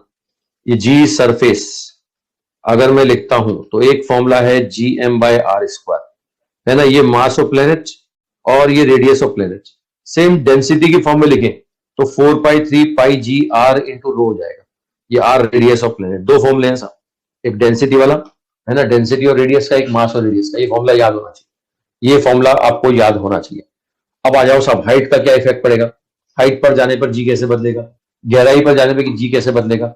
तो जी पर किन किन फैक्टर का क्या क्या इफेक्ट पड़ता है, वो इफेक्टिंग फैक्टर्स हम लोग डिस्कस करते हैं, ठीक है। सबसे पहला इफेक्ट ऑफ एल्टीट्यूड, हाइट का इफेक्ट, ठीक है। इफेक्ट ऑफ एल्टीट्यूड, हाइट का इफेक्ट। देखो सरफेस पे कितना है आपने लिखा, हाइट पे कितना है ये भी आपने लिखा। कुल मिलाकर के थियोरेटिकली यहां पर देखो, अगर मैं बोलता हूं एच बढ़ेगा ना, एच बढ़ेगा तो हाइट पर जाने पर जी कम होगा। मतलब अर्थ की सरफेस से अगर मैं ऊपर जा रहा हूं ना, तो एच बढ़ने पर जी का वैल्यू क्या हो रहा है? कम होता जा रहा है। हाइट बढ़ने पर जी का वैल्यू कम होता जा रहा है। कहां से? अर्थ के सरफेस के कंपैरिजन में, जो सरफेस पे होता था ना उसके कंपैरिजन में कम होगा, ठीक है। अब एग्जैक्ट फॉर्मूला बनाते हैं कितना हो जाएगा। तो यहां से देखो, ये सरफेस और डेप्थ है, दोनों को डिवाइड कर दो। ये g surface g h divide by g surface, ये डिवाइड करोगे तो ये रिजल्ट मिलेगा। इसको और मॉडिफाई करें, देखो आर कॉमन लें, आर से आर कैंसिल, ये बन जाएगा साहब, है ना, ये बनेगा। मतलब देखो फॉर्मूला क्या बना, जी एच बराबर g surface upon 1 plus H upon R का होल स्क्वायर, ये फॉर्मूला बन रहा है साहब, ये फॉर्मूला बन गया। देखो हाइट पर जाने पर जी का वैल्यू कम हो रहा है ना, हाइट पर जाने पर जी कम होता है। अब इसमें एक स्पेशल केस बताता हूं कि H less than R, H less than R, height comparison में कम हो। तो मैंने पहले भी तुम्हें बाइनोमियल थ्योरम बताई थी सब, ये बाइनोमियल थ्योरम 1 प्लस एक्स की पावर n का एक्सपेंशन, ये होता था 1 प्लस एन एक्स अगर x लेस देन 1, ये बाइनोमियल थ्योरम होती है साहब। अब गौर करना साहब, ध्यान देना, ये क्या है, ये 1 प्लस एच अपॉन आर की पावर -2, और आप देख रहे हैं h upon R less than 1, तो h upon R less than 1 आ गया ना साहब, तो ये x लेस देन 1 आ गया। बाइनोमियल थ्योरम से इसका एक्सपेंशन कर सकता हूं, बाइनोमियल थ्योरम से एक्सपेंशन करूंगा तो 1 प्लस एन एक्स n -2 और x कितना हो गया h अपॉन आर, तो देखो ये फॉर्मूला बनता है, ये फॉर्मूला बनता है जी एच बराबर g surface 1 minus 2h upon R. ठीक है, अब रुक जाओ। अब बच्चे दो फॉर्मूले देख करके कंफ्यूज होते हैं, दो बन गए, कब कौन सा लगाए, है ना, कब कौन सा लगाए, तो रुक जाओ, मैं बता रहा हूं। अगर h का वैल्यू कम है, h लेस देन आर है, सुनना मेरी बात, h लेस देन आर है ना, डाटा देख के बता दोगे। आर होता है 6400 किलोमीटर, अब आपको बोलता है 10 किलोमीटर, 20 किलोमीटर, 50 किलोमीटर, है ना, या मैं और बताऊं साहब numerical data, h less than equal to 5% of R, earth के रेडियस के 5% के बराबर या उससे कम है। मैं अर्थ के लिए एग्जैक्ट डाटा दूं तो 320 किलोमीटर है। अगर इतनी हाइट है ना, तो भैया दूसरा वाला फॉर्मूला लगाओ, जी एच बराबर g surface 1 minus 2h upon R. Height का वैल्यू कम है ना, तो दूसरा वाला फॉर्मूला लगाओ, h less than R. Informative data भी दे रहा हूं, 320 किलोमीटर से कम है ना, तो ये वाला लगाना है साहब, है ना, रेडियस ऑफ अर्थ के 5% से कम है, तो दूसरा वाला फॉर्मूला लगाओ। ठीक है, अच्छा क्या पहला नहीं लगा सकते थे, क्या इस केस में पहला नहीं लगा सकते थे, इस केस में भी पहला लगा सकते हो, लेकिन कैलकुलेशन थोड़ा सा लेंदी हो जाएगा। सोच के देखो, ये 1 प्लस एच अपॉन आर का स्क्वायर, अब एच में रखता हूं साहब 20 किलोमीटर, आर रखता हूं 6400 किलोमीटर, कैलकुलेशन बहुत लेंदी हो जाएगा। तो कैलकुलेशन को आसान करने के लिए मैंने बताया कि साहब ये दूसरा वाला लगा दो। अच्छा, अगर h is in range of R, h is in range of R, range of R मतलब मैं एग्जांपल दूं आपको बोलते हैं कि h बराबर है r/2, आपको बोलते हैं h बराबर 2r, h बराबर 6r, ऐसा दे दिया r के रेंज में, r के ऑर्डर में, तो फॉर्मूला लगाओगे जी एच बराबर g surface upon 1 plus H upon R का होल स्क्वायर। ठीक है, मैं बात को कंक्लूड कर रहा हूं साहब। ठीक है, ये डायरेक्ट याद रख लो, ये डायरेक्ट याद रख लो कि अगर हाइट का वैल्यू कम है, बहुत कम है, तो आप ये वाला फॉर्मूला लगाओ, जी एच बराबर g surface 1 minus 2h upon R, और एच आर की रेंज में है तो ये वाला लगाओ। इन दोनों फॉर्मुलों से ही क्या हमें दिख रहा है, इन दोनों फॉर्मुलों से दिख रहा है कि हाइट पर जाने पर जी का वैल्यू क्या हो रहा है, कम हो रहा है। अर्थ की सरफेस से हाइट पर जाओगे तो जी का वैल्यू क्या होगा, कम होगा। ठीक है, सुजाता यादव, बेटा सुजाता यादव, तू टाइप कर दिया कर, मैंने कहा ना कोई हैंड राइज नहीं करेगा, यहाँ सब टाइप करेंगे, है ना, मैं देख लूंगा, मुझे बताने का लगा, मुझे बताने लायक डाउट है तो मैं बता दूंगा, है ना, मुझे लगा कि बताने लायक डाउट नहीं है तो मैं चुपचाप पढ़ाता रहूंगा, है ना। इसका मतलब तुम क्या समझोगे, इसका मतलब समझोगे कि पर्सनली पूछना है, सबको बताने लायक डाउट नहीं है ना। अगर तुम यहाँ कोई डाउट लिख रहे हो और मैं उसका कोई रिप्लाई नहीं कर रहा हूँ, कोई जवाब नहीं दे रहा हूँ, तो मुझे ऐसा लगता है कि सबको बताने लायक डाउट नहीं है, तो पर्टिकुलर तुम्हारा डाउट है, तो मैंने व्हाट्सएप नंबर दिया है, उससे मुझसे पूछ लेना, है ना। अपन समय कम खराब करें ज्यादा से ज्यादा सबका, ठीक है। और जो बताने लायक बात होती है मैं 2 बार 3 बार समझाता हूँ, जो याद रखने वाली बात होती है मैं रिपीट करता हूँ। तो कंक्लूड कर रहा हूँ, वापस से आ जाओ। हाइट का इफेक्ट बता दिया, हाइट बढ़ने पर जी का वैल्यू कम होता है, थियोरेटिकली याद रखना है, हाइट बढ़ने पर जी का वैल्यू कम होता है। न्यूमेरिकल सॉल्व करते समय मैंने 2 फॉर्मूले बना दिए, अगर हाइट कम है, आर के कंपेरिजन में बहुत कम है, तो भैया ये वाला फॉर्मूला लगाओ, ए वाला, और एच आर की रेंज में है तो बी वाला लगा। बात पकड़ में आ गई, कब कौन सा फॉर्मूला लगाएंगे समझ गए, और थियोरेटिकली समझ गए कि हाइट बढ़ने पर जी का वैल्यू क्या होता है, कम होता है। चलो ये कंक्लूड कर दिया मैंने। अब मैं इफेक्ट ऑफ डेप्थ बता रहा हूं साहब, डेप्थ का इफेक्ट, गहराई पर जाने पर क्या होगा, अर्थ की सरफेस से गहराई पर जाने पर क्या होगा, थोड़ा गहराई की बात करें साहब। लो साहब, ये जो दिखा रहा हूं मैं, लाल लाल लाल लाल दिख रहा है, ये अर्थ की सरफेस दिख रही है, ये अर्थ की सरफेस दिख रही है ना, ये मैंने लिखा अर्थ की सरफेस। अब इससे मैं गहराई पे जा रहा हूं साहब, कितनी गहराई, डी गहराई, डी गहराई, और पूछ रहा है कि यहां बताओ साहब, है ना, डी गहराई पे बताओ जी कितना होगा। अब डी गहराई पर देखो मैंने फिर एक गोला बना दिया, दिख रहा है गोला, है ना। अब इस गोले की रेडियस कितनी होगी, है ना। गहराई अगर डी है, इसकी रेडियस बोले तो इसकी रेडियस कितनी होगी, रेडियस आर माइनस डी होगी। समझ पा रहे हो ना। इस गोले की, अंदर वाले गोले की रेडियस कितनी होगी, आर माइनस डी। अब इनका डेरिवेशन बिल्कुल मत देखना, मैं एक लाइन में डेरिवेशन बता दूंगा तो ठीक है। मैंने डेंसिटी वाला फॉर्मूला बना के दिया था। मैंने बोला अगर सरफेस पे आंसर बोलता हूं तो मैं बोलूंगा 4π3πg r इंटू रो, ऐसा बोलूंगा ना। अब अगर मैं डेप्थ पर आंसर बोलता हूं तो मैं डेप्थ की रेडियस लेके बोलूंगा 4π3πg r इंटू रो। भाई ये वाला जो गोला मान रहे हैं, ये R radius, small R radius का गोला है ना, स्मॉल आर रेडियस का गोला है, तो ऐसा लिखोगे। अच्छा, आप डेप्थ की फॉर्म में फॉर्मूला बनाना है तो आर को डेप्थ की फॉर्म में लिख दो। ये लो साहब, जी डेप्थ बराबर क्या लिखोगे, 4π3πg r minus D into rho, है ना। अब यहां से देखो, यहां से अगर मैं r को कॉमन लेता हूं, 4π3πg r इंटू रो, ये बनेगा 1 माइनस डी अपॉन आर। और ये देख रहे हो, ये जी सरफेस है, ये जी सरफेस है, तो जी डेप्थ बराबर g surface 1 minus d upon R. ये फॉर्मूला बन गया सर, जी डेप्थ बराबर g surface 1 minus d upon R, ये फॉर्मूला बन गया। अच्छा, इस फॉर्मूले से देखो गहराई बढ़ाता हूं, अगर गहराई बढ़ा रहा हूं तो जी कम हो रहा है, गहराई बढ़ा रहा हूं तो जी का वैल्यू कम हो रहा है ना। गहराई बढ़ाने पर जी का वैल्यू कम, और गहराई बढ़ते बढ़ते अर्थ के सेंटर में पहुंच गए तो जी जीरो हो जाए। ठीक है, आंसर वही आएंगे आईजी वाले। मैंने कहा ना, किसी प्लेनेट का आईजी वास्तव में क्या होता है, जी होता है। ठीक है, चलो रुको रुको, मैं दो तीन बातें और कर दूं। ठीक है, पहला पॉइंट समझ में आ गया, गहराई बढ़ने पर, अर्थ की सरफेस से गहराई बढ़ने पर जी का वैल्यू कम होगा, हाइट बढ़ने पर भी जी का वैल्यू कम होगा। अच्छा, हाइट के लिए दो फॉर्मूले बताए थे, डेप्थ के लिए दो फॉर्मूले नहीं, एक ही फॉर्मूला है। डेप्थ का वैल्यू कुछ भी दो, ज्यादा से ज्यादा क्या दोगे, आर ही दोगे ना। डेप्थ का वैल्यू कुछ भी दो, यही फॉर्मूला लगाना है। गहराई के लिए एक ही फॉर्मूला है, ऊंचाई के लिए दो दो फॉर्मूले थे। ठीक है, अब रुको, एक बात और देखो, एक बात और देखो, ये जी डेप्थ पर अगर मैं बोलूं तो डेप्थ का मतलब जी अंदर ही तो हुआ ना, अरे गहराई का मतलब इनसाइड ही हुआ ना। तो इनसाइड को अगर मैं फॉर्मूला लिखता हूं रेडियस की फॉर्म में, तो मैंने क्या लिखा था, 4/3πg small are into rho लिखा था ना, यानी प्रोपोर्शनल टू आर आया। तो कुल मिलाकर के अंदर अगर हम जाते हैं तो अंदर ये लीनियरली चेंज होगा। एग्जैक्ट सेंटर पर अगर मैं बात करता हूं तो अर्थ के सेंटर पे जी जीरो होगा।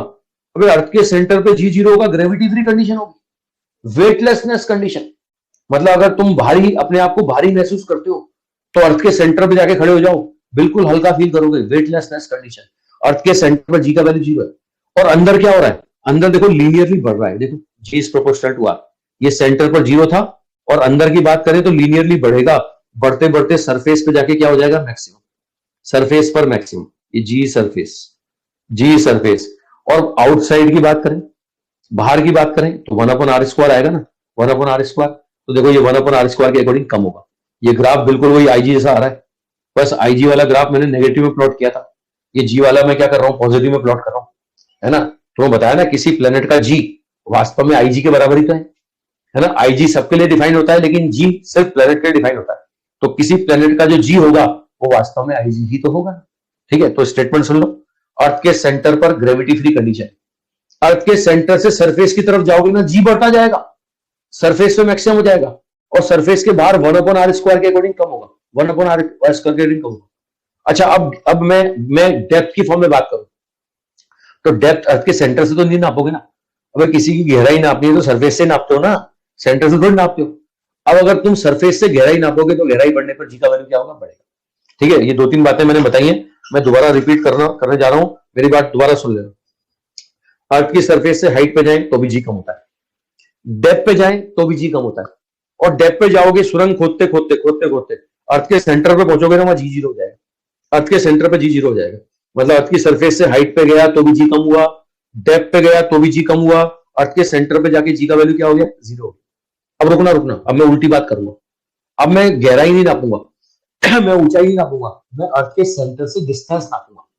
मेरी बात दोबारा सुन लेना, मैं अर्थ के सेंटर से डिस्टेंस नापूंगा। ये सरफेस है, ये अर्थ का सेंटर है, सेंटर पर कितना है, जीरो। सेंटर से सरफेस तक आओगे ना, लीनियरली बढ़ता जाएगा, जी का वैल्यू लीनियरली बढ़ता जाएगा, सरफेस पर मैक्सिमम होगा, और सरफेस के ऊपर जाओगे ना, फिर बाहर जाओगे तो फिर कम होता जाएगा। ये ग्राफ में शो किया मैंने, सेंटर, ये जो ग्राफ बन रहा है ये सरफेस से डिस्टेंस के फॉर्म में ग्राफ नहीं बन रहा, ये सेंटर से डिस्टेंस।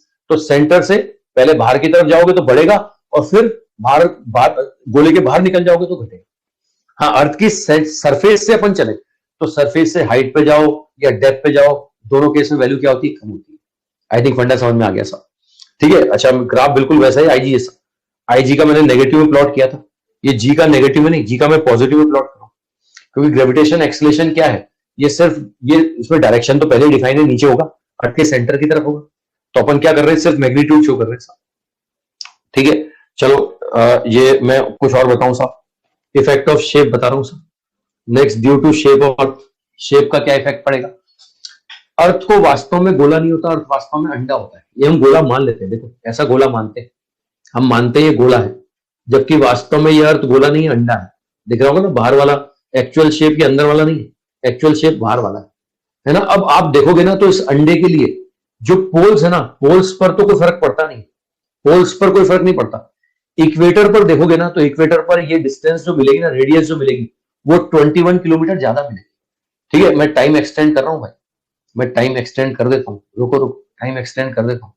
अभी 10 मिनट एक्सटेंड कर रहा हूँ, फिर उसके बाद 10 मिनट और कर दूंगा, है ना, उसके बाद फिर 10 मिनट और कर दूंगा, आधा घंटा का पढ़ाऊंगा आज, ठीक है। वो डाउट वाउट मेरे से व्हाट्सएप पे पूछना, पहले अपन कोर्स खत्म कर ले अपना, फिर बाद में यहाँ पर डिस्कशन करेंगे, समझ रहे हो ना। तो जो भी डाउट आते हैं ना, वैसे तो मैं बहुत अच्छा पढ़ाता हूँ, डाउट कम आते हैं, फिर भी कोई डाउट आते हैं तो व्हाट्सएप पे पूछ लेना, है ना। चलो चलो आओ, ठीक है। ये देखो साहब, ये शेप का इफेक्ट बता रहा हूँ, शेप का इफेक्ट बता रहा हूँ। तो ये वास्तव में गोला नहीं है, अंडा है, तो गोले की रेडियस का पोल्स पर तो कोई इफेक्ट नहीं पड़ेगा, इक्वेटर पर इफेक्ट पड़ेगा। इक्वेटर पर जो रेडियस आती है ना, वो पोल्स से 21 किलोमीटर ज्यादा आती है, ठीक है। चारों तरफ, अर्थ के चारों तरफ किसने फीता लेके नापा, मुझे नहीं पता, कौन सा साइंटिस्ट चारों तरफ फीता लेके गया और नाप के आया कि साहब ये इक्वेटर पर रेडियस 21 किलोमीटर ज्यादा है, जितनी हम सोचते हैं। हम सोचते हैं 6400 किलोमीटर, ये उससे 21 किलोमीटर ज्यादा है। अब किसने नापा हमें नहीं पता, अपने को डाटा याद रखना है, इन्फॉर्मेटिक डाटा, कि भैया पोल्स पर तो बराबर है, इक्वेटर पर 21 किलोमीटर ज्यादा है। अब सोच के देखो, पोल्स पर क्या लिखोगे, GM upon R square, equator पर क्या लिखोगे, 21 किलोमीटर ज्यादा। तो कहां पर आंसर ज्यादा आ रहा है, ये ज्यादा आंसर आएगा पोल्स पर। पोल्स पर जो ग्रेविटेशन एक्सेलेरेशन है ना, वो इक्वेटर से क्या होगा, ज्यादा होगा। अब मैथमेटिकली इन दोनों का डिफरेंस करते हैं ना, तो आता है 0.02 मीटर पर सेकंड स्क्वायर। देखो साहब, शेप की वजह से पोल्स पर ज्यादा है, इक्वेटर पर कम है, और दोनों का डिफरेंस कितना है, 0.02 मीटर पर सेकंड स्क्वायर। मतलब मैं आपको बता दूं, पोल्स पर मैक्सिमम मिलेगा और इक्वेटर पर मिनिमम मिलेगा। तो ये शेप की वजह से मैक्सिमम और मिनिमम का डिफरेंस जो मिलेगा ना, ये मिलेगा 0.02 मीटर पर सेकंड स्क्वायर। तो थ्योरेटिकल याद रखने वाली बात, अर्थ का शेप गोला नहीं है, अंडा है। अंडा है तो सब जगह जी सेम नहीं है ना। हम जो आइडियल केस मानते हैं ना गोले में, सब जगह जी सेम, यहाँ सब जगह जी सेम नहीं है, कहां ज्यादा है, ठीक है। पोल्स पर मैक्सिमम है और इक्वेटर पर क्या है, मिनिमम। चलो चौथा जो पड़ता है ना, इफेक्ट ऑफ रोटेशन, रोटेशन का इफेक्ट भी पड़ता है, due to rotation of earth. Earth के घूमने का भी इफेक्ट पड़ता है सर। देखो घूमने का क्या इफेक्ट पड़ता है, इसको समझो, ठीक है। घूमने का क्या इफेक्ट पड़ा, इसको समझो। देखो अर्थ अगर घूम रही है तो तुम भी घूम रहे हो, हम एक दूसरे के रेस्पेक्ट में रेस्ट पर हैं, लेकिन वास्तव में अर्थ घूम रही है, अर्थ घूम रही है तो हम भी तो घूम रहे हैं ना, है ना। कोई भी फ्रेम ऑफ रेफरेंस चलता है ना, तो जो फ्रेम ऑफ रेफरेंस करेगा ना, वही हम करेंगे, उस फ्रेम के अंदर वाले पार्टिकल करेंगे। अर्थ अगर घूम रही है तो हम भी घूम रहे हैं, हम बस के अंदर, ट्रेन के अंदर बैठे हुए हैं, बस जितने एक्सेलरेशन से चल रही है हम भी उतने एक्सेलरेशन चल रहे हैं, वो ट्रेन जितनी वेलोसिटी चल रही है हम भी उतनी वेलोसिटी चल रहे हैं।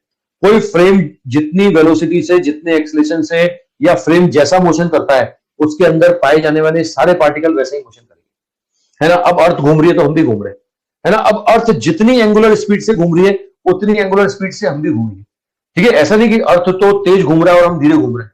अगर ऐसे होता तो हम इंडिया की जगह पाकिस्तान पहुंच चुके होते, बांग्लादेश पहुंच चुके थे, नेपाल पहुंच चुके थे, भूटान पहुंच चुके थे, है ना। वैसे मत बोलना सर, बिना वीजा के अमेरिका पहुंच चुके होते, ठीक है। अर्थ की जो एंगुलर स्पीड है वही एंगुलर स्पीड हमारी है ना। कोई भी फ्रेम ऑफ रेफरेंस जितनी स्पीड से चलता है, इसको पेरिस जाना है भाई को, है ना। कोई भी फ्रेम ऑफ रेफरेंस जितनी स्पीड से चलता है, एक को युगांडा जाना है। सबके अपने अपने अपने अपने ड्रीम्स है साहब, घबराओ मत, भविष्य में तुम्हारे ड्रीम पूरे होंगे, है ना। ये युगांडा भगवान तेरे को जरूर पहुंचाएगा, युगांडा, है ना। इसको गोवा जाना है, एक को भाई को, है ना। एक को भाई को घर ही रहना है, बोले नहीं घर ही बढ़िया है साहब, चलो आ जाओ। एक को लॉस एंजलिस जाना है। तो मैं तुम्हारे ड्रीम नहीं पूछ रहा हूँ, करना सपने पूरे, पहले कॉलेज पहुंच जाओ, सारे सपने पूरे होंगे, है ना। जो जो तुम धरती पे चाहते हो, भगवान तुम्हारे सारे सपने पूरे करे, है ना। लेकिन अब उसके लिए तुम्हें यहाँ मेहनत करनी पड़ेगी। आ जाओ साहब, पहले हो जाओ, मैं तुमसे पूछ नहीं रहा कि कहाँ कहाँ जाना है ना। एक भाई लिखे जा रहे हैं कि मैं तो वहां जाऊंगा, मैं तो वहां जाऊंगा। चलो आ जाओ। अर्थ अगर घूम रहा है तो अर्थ जितनी एंगुलर स्पीड से घूमेगा हम भी उतने से घूमेंगे। अब मैं दूसरा कंसेप्ट बोल रहा हूँ, रुक जाओ सुन लो मेरी बात, टाइप करना बंद कर दो, मेरी बात सुन लो। क्या है, मैं आपको बताऊं। देखो क्या होता है, अर्थ अगर घूम रहा है इसका मतलब सेंट्रीपिटल एक्सीलरेशन, और एक्सीलरेटेड जो फ्रेम होते हैं ना वो नॉन इनर्शियल होते हैं। नॉन इनर्शियल में शूडो फोर्स आता है, और शूडो फोर्स हमेशा कहां लगता है, बाहर की तरफ लगता है। कोई अगर सर्कुलर पाथ पे घूमेगा ना तो उस पर एक शूडो फोर्स काम करेगा, और वो कहां लगेगा, बाहर की तरफ। उस शूडो फोर्स को हम लोग क्या बोलते हैं साहब, सेंट्रीपिटल फोर्स, है ना। एक घुमाने वाला फोर्स, सॉरी, घुमाने वाला सेंट्रीपिटल, और बाहर की तरफ लगने वाला सेंट्रीफ्यूगल फोर्स। ठीक है, अब रुक जाओ साहब। मान लिया तुम यहां हो, तुम यहां हो, अर्थ पर तुम यहां हो, है ना। मैं पोजीशन दे दूं, ये इक्वेटर लाइन होती है, ये वेस्ट ईस्ट जो होती है ना, ये इक्वेटर लाइन होती है, ये होती है साहब इक्वेटर लाइन। इस इक्वेटर लाइन से लैम्डा लेटीट्यूड पोजीशन पर मैंने तुम्हें बिठा दिया, है ना। इस इक्वेटर लाइन से लैम्डा लेटीट्यूड पोजीशन पर मैंने तुम्हें बिठा दिया। तो अब क्या होगा साहब, तुम अगर घूमोगे, अर्थ घूमेगी तो तुम भी घूमोगे, तुम्हारा सर्कुलर पाथ ये वाला होगा, तुम्हारा सर्कुलर पाथ ये होगा। इस सर्कुलर पाथ में लाल लाल दिख रहा है ना, सर्कुलर पाथ लाल लाल दिख रहा है, तो इस पर बाहर की तरफ शूडो फोर्स लगेगा। ये बाहर की तरफ शूडो फोर्स कितना लगेगा, एम ओमेगा स्क्वायर आर, है ना। अब अर्थ के सेंटर की तरफ क्या लगता है, एम जी। देखना साहब, मैं यहां पर अब फोटो दिखा रहा हूं तुम्हें, जूम करके दिखा रहा हूं, देखो देखो साहब, तुम यहां हो तो अर्थ के सेंटर पर क्या लगा साहब, अर्थ के सेंटर पर एम जी लगा। सर्कुलर पाथ के बाहर की तरफ क्या लगा, सर्कुलर पाथ के बाहर की तरफ लगा M omega square R, pseudo force लगा, है ना। अब ये लेटीट्यूड पोजीशन लैम्डा है, तो भैया ये एंगल भी लैम्डा होगा। देखो इस एम ओमेगा स्क्वायर आर का एक कंपोनेंट इधर आएगा, M omega square R cos lambda, एक कंपोनेंट इधर आएगा, M omega square R sine lambda. खुद देखो, वो M omega square R cos lambda बाहर, हाँ सेंट्रीफ्यूगल फोर्स, इस सेंट्रीफ्यूगल फोर्स का एक कंपोनेंट बाहर की तरफ खींच रहा है, तो एमजी को कम कर दिया ना। मतलब रोटेशन का क्या इफेक्ट पड़ा, सोचो अगर ओमेगा जीरो होता तो अर्थ के सेंटर की तरफ सिर्फ एमजी लग रहा होता, लेकिन अगर ओमेगा है, अर्थ घूम रही है, तो बाहर की तरफ M omega square R cos lambda लग रहा है, इसका मतलब इसने तो एमजी से कम कर दिया। तो थ्योरेटिकली वो कोई पूछे कि अर्थ के रोटेशन का एक क्या इफेक्ट पड़ता है, तो भैया जी कम होता है, अर्थ के घूमने से जी कम होता है। कितना हो गया, देखो इसको निकाले, तो अर्थ के सेंटर की तरफ अगर मैं बोलूं एम जी डैश, ये होगा M G minus M omega square R cos lambda. बात पकड़ में आ गई होगी। तो अच्छा, इसमें एक और बात बता दूं, ये सर्कुलर पाथ का जो रेडियस है ना, ये नहीं देता अपने को तो लेटीट्यूड पोजीशन बताता है। तो लेटीट्यूड पोजीशन की टर्म्स में स्मॉल आर को लिख देते हैं। अब स्मॉल आर को लेटीट्यूड पोजीशन की टर्म्स में लिखे तो आप गौर करना, यहां से ये डिस्टेंस आर है और ये तो आर है, राइट एंगल ट्राइंगल दिख रहा होगा, ये राइट एंगल ट्राइंगल, देखो मैंने ये डार्क ड्रैग किया, दिख गया होगा। ये एंगल लैम्डा है तो ये एंगल भी लैम्डा होगा, देखो ये भी लैम्डा। तो अब खुद ही देखो स्मॉल आर का वैल्यू क्या बन जाएगा, कैपिटल आर कॉस थीटा बन जाएगा। ठीक है, ये डाटा रख दो, डेरिवेशन कोई नहीं पूछने वाला, फॉर्मूला याद रखना है, और मैं जो पॉइंट्स बोलूंगा वो याद रखना है, मैं जो फॉर्म पॉइंट्स बोलूंगा वो याद रखना है। मैं 10 मिनट और एक्सटेंड कर रहा हूँ, 10 मिनट और एक्सटेंड कर दिया, मैं करता रहूंगा, है ना। मेरा मन लगा कि मेरी बात सुनते रहो। तो अब मतलब की बात पे आओ, ये फॉर्मूला बना साहब कि लैम्डा लेटीट्यूड पोजीशन पर जी का क्या वैल्यू है, g minus omega square R cos square lambda. Lambda latitude position पर जी कितना होगा, g minus omega square R cos square lambda. और अगर आपसे पूछे कि इसका इफेक्टिव वेट कितना होगा, इफेक्टिव वेट, तो इफेक्टिव वेट कितना होगा, ये M G minus M omega square R cos square lambda. ये फॉर्मूला बन गया साहब, ये फॉर्मूला आपको ध्यान रखना है, डेरिवेशन कोई नहीं पूछेगा, फॉर्मूला ध्यान रख लेना है कि ये mg क्या है, ये mg इसका एक्चुअल वेट, ये mg इसका एक्चुअल वेट, तो एक्चुअल से थोड़ा कम हो गया। अब थ्योरेटिकल याद रखने वाली बात, थ्योरेटिकल याद रखने वाली बात, अर्थ अगर नहीं घूमता तो सब जगह जी का वैल्यू सेम होता। अर्थ अगर घूम रहा है तो क्या सब जगह जी सेम है क्या, देखो फॉर्मूले में लैम्डा आ रहा है, लैम्डा लैम्डा आ रहा है, और लैम्डा का मतलब इक्वेटर से एंगल नापो, है ना। इक्वेटर पर लैम्डा 0 होगा, पोल्स पर लैम्डा 90 होगा, तो इक्वेटर से पोल तक जाने में लैम्डा बढ़ेगा। ये लैम्डा बदलेगा तो कॉस लैम्डा बदलेगा, और कॉस लैम्डा बदलेगा तो जी बदलेगा ना सर, कॉस लैम्डा बदलेगा तो जी बदलेगा। तो देखो अलग अलग पॉइंट पे जी अलग अलग मिलेगा। रोटेशन का इफेक्ट देख लो, अर्थ के घूमने से सभी जगहों पर जी का वैल्यू सेम नहीं होता। चलो कहां मैक्सिमम कहां मिनिमम निकाल लेते हैं। सबसे पहले मैं निकाल रहा हूं इक्वेटर को, तो इक्वेटर का मतलब लैम्डा 0 हो गया ना, ये फॉर्मूले में रखो लैम्डा 0 कॉस 0 1, तो इक्वेटर पर आंसर आ गया, ये इक्वेटर पर आंसर आ गया g minus omega square R. Poles पे चलो, पोल्स का मतलब लैम्डा का वैल्यू 90 डिग्री, कॉस 90 0, तो आंसर आ गया साहब ये जी के बराबर, जी पोल बराबर जी के बराबर आ गया। ठीक है, अब थ्योरेटिकली देख लो, अगर मैं इक्वेटर से पोल की तरफ जाता हूं, इक्वेटर से पोल की तरफ जाता हूं, तो ऐसे केस में जी का वैल्यू क्या हो रहा है, बढ़ रहा है ना। मिनिमम कहां मिल रहा है, मिनिमम मिल रहा है इक्वेटर पर, और मैक्सिमम कहां मिल रहा है, पोल पर। बात पकड़ में आ गई होगी, डिफरेंस समझ गए होंगे साहब, है ना। शेप की वजह से सब जगह पर जी का वैल्यू सेम नहीं होता, ठीक है। सर ये मास एम नॉन इनर्शियल फ्रेम में रेफरेंस में कैसे होगा, देखो अर्थ घूम रही है तो अर्थ नॉन इनर्शियल फ्रेम हो गया, अर्थ हो गया नॉन इनर्शियल फ्रेम, ठीक है। जो भी एक्सलेटेड फ्रेम होता है वो सब नॉन इनर्शियल फ्रेम होते हैं, तो अर्थ नॉन इनर्शियल फ्रेम होगा, और नॉन इनर्शियल में शूडो लगेगा, और शूडो कहां लगेगा, बाहर की तरफ। ये क्या करेगा, शूडो का एक कंपोनेंट वेट को कम कर देगा, तो एक्चुअल वेट से थोड़ा सा कम मिलेगा। अब फॉर्मूला ध्यान रखना है, और थ्योरेटिकल पॉइंट, दो बातें, डेरिवेशन कोई नहीं पूछने वाला।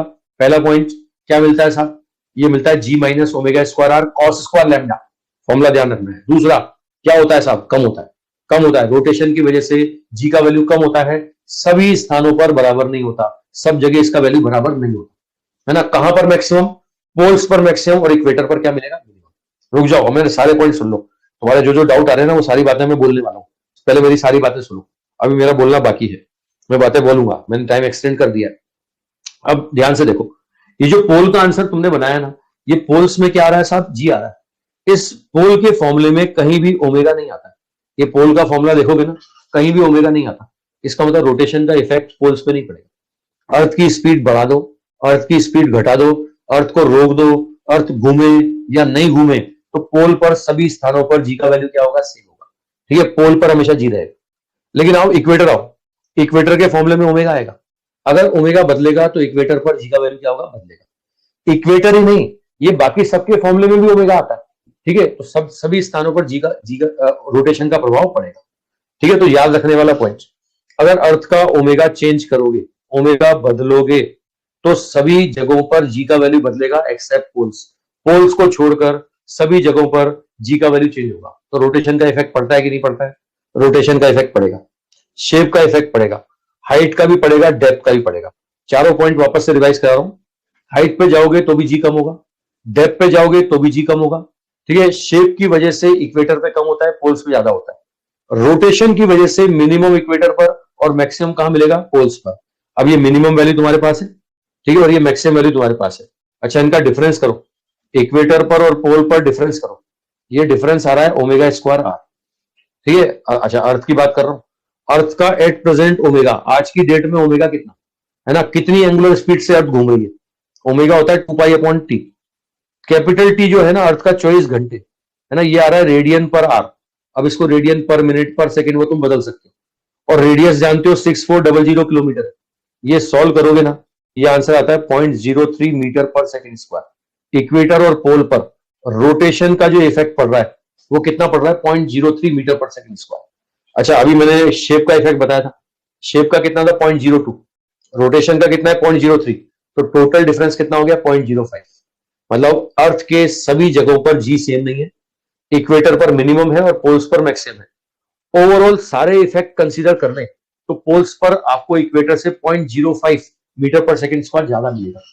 सिर्फ रोटेशन बोले तो 0.03, सिर्फ शेप बोले तो 0.02, और अगर ओवरऑल डिफरेंस बोले तो कितना होगा 0.05, ठीक है। मैक्सिमम कहां पर, पोल्स पर, मिनिमम कहां पर, इक्वेटर पर। अगर अर्थ की स्पीड बदलोगे तो सभी जगहों पर जी बदलेगा एक्सेप्ट पोल्स, पोल्स पर रोटेशन का कोई इफेक्ट नहीं पड़ता, ठीक है। मैं रिपीट कर रहा हूं, आप अर्थ की स्पीड बढ़ाओगे तो भी पोल पर जी वही रहेगा, स्पीड कम करोगे तो भी वही रहेगा, है ना। अर्थ घूमता है तो भी वही, और अर्थ की ओमेगा 0 कर दोगे तो भी। बात पकड़ में आगे से, ठीक है। अच्छा, अब यहां पर एक और कंडीशन आती है साहब, weightlessness condition. Weightlessness condition, weightlessness condition मतलब जी इफेक्टिव कितना हो गया, जी इफेक्टिव 0 हो गया, ठीक है। अब काम की बात सुनो साहब, अगर मैं ओमेगा बढ़ाता हूं, ओमेगा बढ़ाता हूं तो ये जी इफेक्टिव जो है ना, ये सभी जगहों पर कम होता है एक्सेप्ट पोल्स, पोल्स पर सेम रहेगा, पोल पर सेम रहेगा, बाकी सब जगह क्या होगा, जी का वैल्यू कम होगा, जी का वैल्यू कम होगा। अच्छा, अगर कम होते होते 0 हो गया तो, अगर कम होते होते अगर 0 हो गया तो ग्रेविटी फ्री कंडीशन आ जाएगी, वेटलेसनेस कंडीशन आ जाएगी। तो सबसे पहले कहां आएगी, सबसे पहले वहां आएगी जहां सबसे पहले 0 होगा, और सबसे पहले 0 कहां हो सकता है, जहां मिनिमम होगा। भाई सबसे पहले जी का वैल्यू 0 कहां हो सकता है, जहां मिनिमम होगा, और मिनिमम कहां होता है, इक्वेटर पर। तो थ्योरेटिकल कंसेप्ट सुन लो, अगर अर्थ अपनी एंगुलर स्पीड बढ़ाने लगे, किसी भी कारण से अपने आप बढ़ाने लगे, बाहर से भगवान को गुस्सा आ जाए, भगवान तेज घुमाने लग जाए अर्थ को, ठीक है, समझ रहे हो? तो अर्थ की अगर एंगुलर स्पीड बढ़ गई, किसी भी कारण से बढ़ गई, उन कारणों में तुम्हें नहीं जाना, अगर अर्थ की एंगुलर स्पीड बढ़ गई, तो ऐसे केस में सभी जगहों पर जी का वैल्यू कम होगा एक्सेप्ट पोल्स। पोल्स पर कोई फर्क नहीं पड़ेगा, ठीक है। अब जी कम होगा तो जीरो भी तो हो सकता है ना। सबसे पहले जीरो कहां होगा? जहां मिनिमम होगा, और मिनिमम कहां होता है? इक्वेटर पर। तो सबसे पहले ग्रेविटी फ्री कंडीशन अगर मिलेगी ना, तो इक्वेटर पर मिलेगी, है ना। तो अब ये फॉर्मूला बना रहा हूं साहब ग्रेविटी फ्री कंडीशन के लिए, ओमेगा कितना होना चाहिए। देखो इसको जीरो करके सॉल्व करते हैं ना, तो ओमेगा इतना आता है। ये मैंने सभी स्थितियों के लिए, सभी कंडीशंस के लिए, लैम्डा लेटीट्यूड पोजीशन के लिए आंसर बना दिया, है ना। अब इक्वेटर की बात करें तो लैम्डा जीरो है ना, तो इक्वेटर के लिए ये आंसर बन रहा है। ये आंसर बन रहा है साहब इक्वेटर के लिए, ये आंसर बन रहा है इक्वेटर के लिए। जिस दिन अर्थ की एंगुलर स्पीड इतनी हो जाएगी ना, है ना, इतनी हो जाएगी, उस दिन इक्वेटर पे ग्रेविटी फ्री कंडीशन आ जाएगी, उस दिन इक्वेटर पर ग्रेविटी फ्री कंडीशन आपको मिले, ठीक है। अब मेरी बात सुन लो साहब, ये कितना है? ये अभी अर्थ की जो स्पीड है ना, उसका 17 टाइम्स है। याद रखने वाली बात सुन लो, जिस दिन अर्थ की एंगुलर स्पीड प्रेजेंट वैल्यू की, आज की डेट में जो वैल्यू है, उसकी 17 गुना हो जाए, 17 टाइम्स हो जाए, तो इक्वेटर पर रहने वाले लोग हवा में आ जाएंगे। इक्वेटर पर जितने कंट्री आते हैं, जितने देश आते हैं, वो सब हवा में आ जाएंगे, सब वहां ग्रेविटी फ्री कंडीशन आ जाएगी। हाइपोथेटिकल बात कर रहा हूं, हालांकि हो सकता है ऐसा, भगवान को गुस्सा आ जाए किसी कि बोले धरती पर पाप बढ़ गया है ना, थोड़े पापी कम किए जाए, तो ऐसा भगवान ऐसा भी कर सकता है, एंगुलर स्पीड बढ़ा दे। तो काम की बात सुन लो, याद रखने वाली बात सुन लो, जिस दिन अर्थ का एंगुलर स्पीड प्रेजेंट वैल्यू का 17 टाइम्स हो जाएगा, इक्वेटर पर ग्रेविटी फ्री कंडीशन आ जाएगी। अच्छा, सिर्फ इक्वेटर पर, दुनिया में सब जगह नहीं, दुनिया में सब जगह नहीं, सिर्फ और सिर्फ कहां पर? इक्वेटर पर, ठीक है। अच्छा, ओमेगा 17 टाइम्स हुआ, ओमेगा 17 टाइम्स, ठीक है। तो टाइम पीरियड कितना होगा? टाइम पीरियड 1/17 टाइम्स होगा। समझ रहे हो ना मेरी बात? ठीक है, आज की डेट में 24 घंटे है, तो 24 डिवाइड बाय 17 आवर, ये लगभग 1.414 आवर आ जाएगा, लगभग 1.44 आवर आ जाएगा, इतना हो जाएगा साहब। यानी जिस दिन अर्थ का टाइम पीरियड लगभग 1.5 घंटा हो गया ना, तो ये मान लेना इक्वेटर वाले लोग हवा में आ चुके हैं। मैं क्या बोल रहा हूं मेरी बात सुन लो, दिन और रात का टाइम पीरियड 1.5 घंटा हो जाए, 1.5 घंटे में दिन भी खत्म हो जाए, रात भी खत्म हो जाए। जिस दिन ऐसा होने लग गया ना, उस दिन इक्वेटर पर ग्रेविटी फ्री कंडीशन आ जाएगी, इक्वेटर पर रहने वाले लोग हवा में आ जाएंगे। मतलब मैंने जो एक क्लास पढ़ाई ना, ये एक क्लास में एक दिन भी हो गया, एक रात भी हो गई, समझ रहे हो? एक क्लास का मतलब एक दिन एक रात। तो इस समय बेचारे इक्वेटर पर जो भी आ रहे हैं ना, सब हवा में, ठीक है। हाइपोथेटिकल बात कर रहे हैं, बाकी याद रखना है कि अगर ओमेगा 17 टाइम्स हो जाएगा, तो सब जगह नहीं, इक्वेटर पर ग्रेविटी फ्री कंडीशन आएगा, सब जगहों पर नहीं है, ठीक है। अच्छा, पोल्स पे तो कभी आ ही नहीं सकता, पोल्स पर रोटेशन का इफेक्ट पड़ता ही नहीं, तो ओमेगा बढ़ाओ या घटाओ, पोल्स पर तो हमेशा क्या रहेगा? जी रहेगा, है ना। तो बचना है तो पोल पे चल जाना, भगवान का गुस्से से बचना है तो पोल पे भाग जाना, कैलाश पर्वत, समझ रहे हो ना, नॉर्थ पोल साउथ पोल, मेरी बात समझ रहे हो साहब? अच्छा रुको, अब दूसरी बात, अगर मुझे इक्वेटर के अलावा 30 डिग्री लेटीट्यूड पोजीशन पर ग्रेविटी फ्री कंडीशन चाहिए, तो भाई कोई बोलता है ना कि यार हम, हमारा दुश्मन देश तो 30 डिग्री पे रहता है, 30 डिग्री लेटीट्यूड पोजीशन पर, हम तो चाहते हैं कि वो लोग हवा में आ जाए, तो ओमेगा 17 गुना से भी ज्यादा करना पड़ेगा, ओमेगा और बढ़ाना पड़ेगा, है ना। ये तो 17 गुना करने पर इक्वेटर पे आया है, सब जगह नहीं आया। अब 30 डिग्री पे करना है ना, तो तुम्हें ओमेगा का वैल्यू 17 गुना से भी ज्यादा करना पड़ेगा, और ज्यादा 17 टाइम से भी ज्यादा करना पड़ेगा। चलो एक बात और सुनो, जिस दिन 30 डिग्री लेटीट्यूड पोजीशन पर ग्रेविटी फ्री कंडीशन आ जाएगी ना, तो 0 डिग्री से 30 डिग्री तक सारे देश हवा में होंगे, है ना, खाली 30 पे नहीं आएगी, है ना। 0 से 30 तक सब हवा में आ जाएंगे, है ना। दूसरे का बुरा करोगे तुम्हारा भी बुरा होगा, तुम सोचते हो कि पड़ोसी हवा में आ जाए तो तुम भी हवा में आ जाओगे, मेरी बात समझ रहे हो ना सब? ठीक है। कर भला तो हो भला, कर बुरा तो हो बुरा। चलो प्रवचन नहीं दे रहा हूं, किसी बाबा जी का वो नहीं चल रहा है, आ जाओ वापस क्लास में, ठीक है। एक पॉइंट और सुनो, मैं रिपीट कर रहा हूं, अगर ओमेगा बढ़ेगा तो सभी जगह पर जी कम होगा, पोल्स को छोड़कर। अच्छा, इसका उल्टा अगर ओमेगा घटाओगे तो, ओमेगा घटाओगे तो, ओमेगा घटाओगे तो सब जगह जी बढ़ेगा एक्सेप्ट पोल्स, पोल्स पर सेम रहेगा। मतलब रोटेशन का इफेक्ट पोल पे नहीं पड़ता, ओमेगा बढ़ाने पर जी घटता है और ओमेगा घटाने पर जी बढ़ता है। अच्छा, अगर ओमेगा जीरो हो गया तो, अगर मैं बोलूं कि अर्थ ने घूमने से ही मना कर दिया, आइडियल केस जो अपन ने पहले पढ़ा, आइडियल केस, अगर अर्थ ने घूमने से ही मना कर दिया, ओमेगा जीरो, तो भैया सब जगह ये जी इफेक्टिव कितना हो जाएगा? जी, फॉर्मूले में रखोगे ना, सब जगह जी इफेक्टिव जी हो जाएगा, मतलब सभी जगह सेम हो जाएगा, इक्वेटर पर भी उतना ही रहेगा, पोल्स पर भी उतना ही रहेगा, सब जगह सेम हो जाएगा। बात पकड़ में आ गई? तो ग्रेविटेशन एक्सलेशन पर 4 फैक्टर का इफेक्ट पड़ता था, हाइट का, डेप्थ का, शेप का, रोटेशन का। हाइट पर जाने पे कम होता है, डेप्थ पर जाने पर भी कम होता है, ठीक है, शेप की वजह से इक्वेटर पर कम होता है, पोल्स पर ज्यादा होता है। डिफरेंस कितना आया था? 0.02। रोटेशन की वजह से भी इक्वेटर पर मिनिमम और पोल्स पर मैक्सिमम। डिफरेंस कितना आया? 0.02। ओवरऑल डिफरेंस कितना हो गया? 0.05। ठीक है, तो कुल मिलाकर के रोटेशन का इफेक्ट बताया कि अर्थ घूमती है तो सभी जगहों पर जी सेम नहीं होता। अर्थ की स्पीड बढ़ाओगे, सब जगह जी कम होगा, पोल्स पर कोई फर्क नहीं पड़ेगा। अर्थ की स्पीड कम करोगे, सब जगह जी बढ़ेगा और पोल्स पर कोई फर्क नहीं पड़ेगा। जिस दिन अर्थ घूमने से मना कर देगी, थक गई मैं तो नहीं घूमती, है ना। अब जिस दिन अर्थ नहीं घूमेगी ना, तो जिस जगह पर, समझ रहे हो ना, अर्थ ने घूमने से मना कर दिया, जिस जगह दिन था, जिंदगी भर दिन रहेगा, और जिस जगह रात थी ना, वह जिंदगी भर रात रहेगी। समझ लो कैसी कैसी बातें हो सकती है दुनिया में। आओ साहब, तो ये मैंने बताया साहब रोटेशन के बारे में, रोटेशन का इफेक्ट बताया, हाइट का इफेक्ट बताया, डेप्थ का बताया। ठीक है, अब थोड़ा सा जो बातें मैंने बताई उनको एक बार कंक्लूड कर ली। सारी बातें मैंने, सारे फॉर्मूले, ये स्लाइड बना दी मैंने, है ना। टाइम 10 मिनट और बढ़ा दूं ना? ठीक है, 10 मिनट और बढ़ा दूं सब? पढ़ लेते हैं यार, पढ़ लेते हैं, आधा घंटा तो ज्यादा पढ़े। नहीं यार, पढ़ेंगे, खाना वाना बाद में खाना, पढ़ लेते हैं थोड़ा सा, है ना। मुझे भी भूख लगती है ऐसे तो, अगर कोई मैस वैस नहीं, पढ़ेंगे थोड़ा सा। 10 मिनट और बढ़ा रहा हूँ, 10 मिनट और एक्सटेंड कर रहा हूँ, 10 मिनट टाइम मैंने और बढ़ा दिया। ठीक है, 10 मिनट टाइम और एक्सटेंड कर दिया। ठीक है, अब जो बातें मैंने बताई एक बार उसको कंक्लूड कर लें। देखो, यहाँ फॉर्मूला एक तो बताया मैंने मास और रेडियस की फॉर्म में, gm/r²। एक डेंसिटी वाला बताया मैंने, 4π3πg/r × बताया साहब। ठीक है, कोई हैंड राइज नहीं करना है, यहाँ पे लिख दो, जिसको जो डाउट है वो लिख दिया करो, मैं पढ़ लूंगा, है ना। मुझे बताने लायक लगा तो मैं बता दूंगा, और नहीं बताने लायक लगा तो नहीं बताऊंगा। ठीक है, कोई हैंड राइज नहीं करना। ठीक है, ये 4π3πg/r × अब इसमें टर्म्स देख लो। अगर मैं आपसे बोलता हूं कि यहां पर डेंसिटी दी जाए और रेडियस दिया जाए, तो दूसरा वाला फॉर्मूला यूज करना है, ये जी इज प्रोपोर्शनल टू क्या होगा? आर। ठीक है, अगर मैं बोलता हूं कि साहब मास दिया जाए, मास कांस्टेंट है, ये वाला लगाओगे, ये जी इनवर्सली प्रोपोर्शनल टू R²। बात पकड़ में आ गई होगी। ठीक है, अब इसमें परसेंटेज चेंज के कंसेप्ट आते हैं साहब, 5% से ज्यादा या 5% से कम।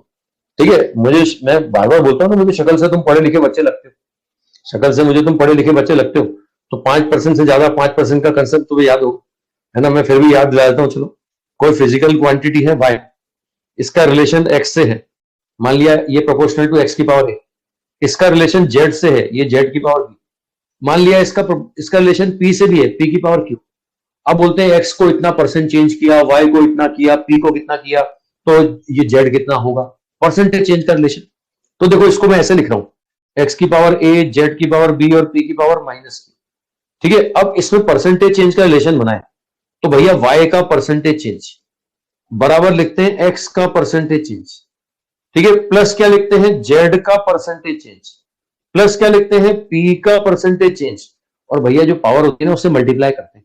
इस x की पावर a है तो a से मल्टीप्लाई, z की पावर b है ना तो b से मल्टीप्लाई, और इसकी पावर -q है ना तो इसको -q से मल्टीप्लाई।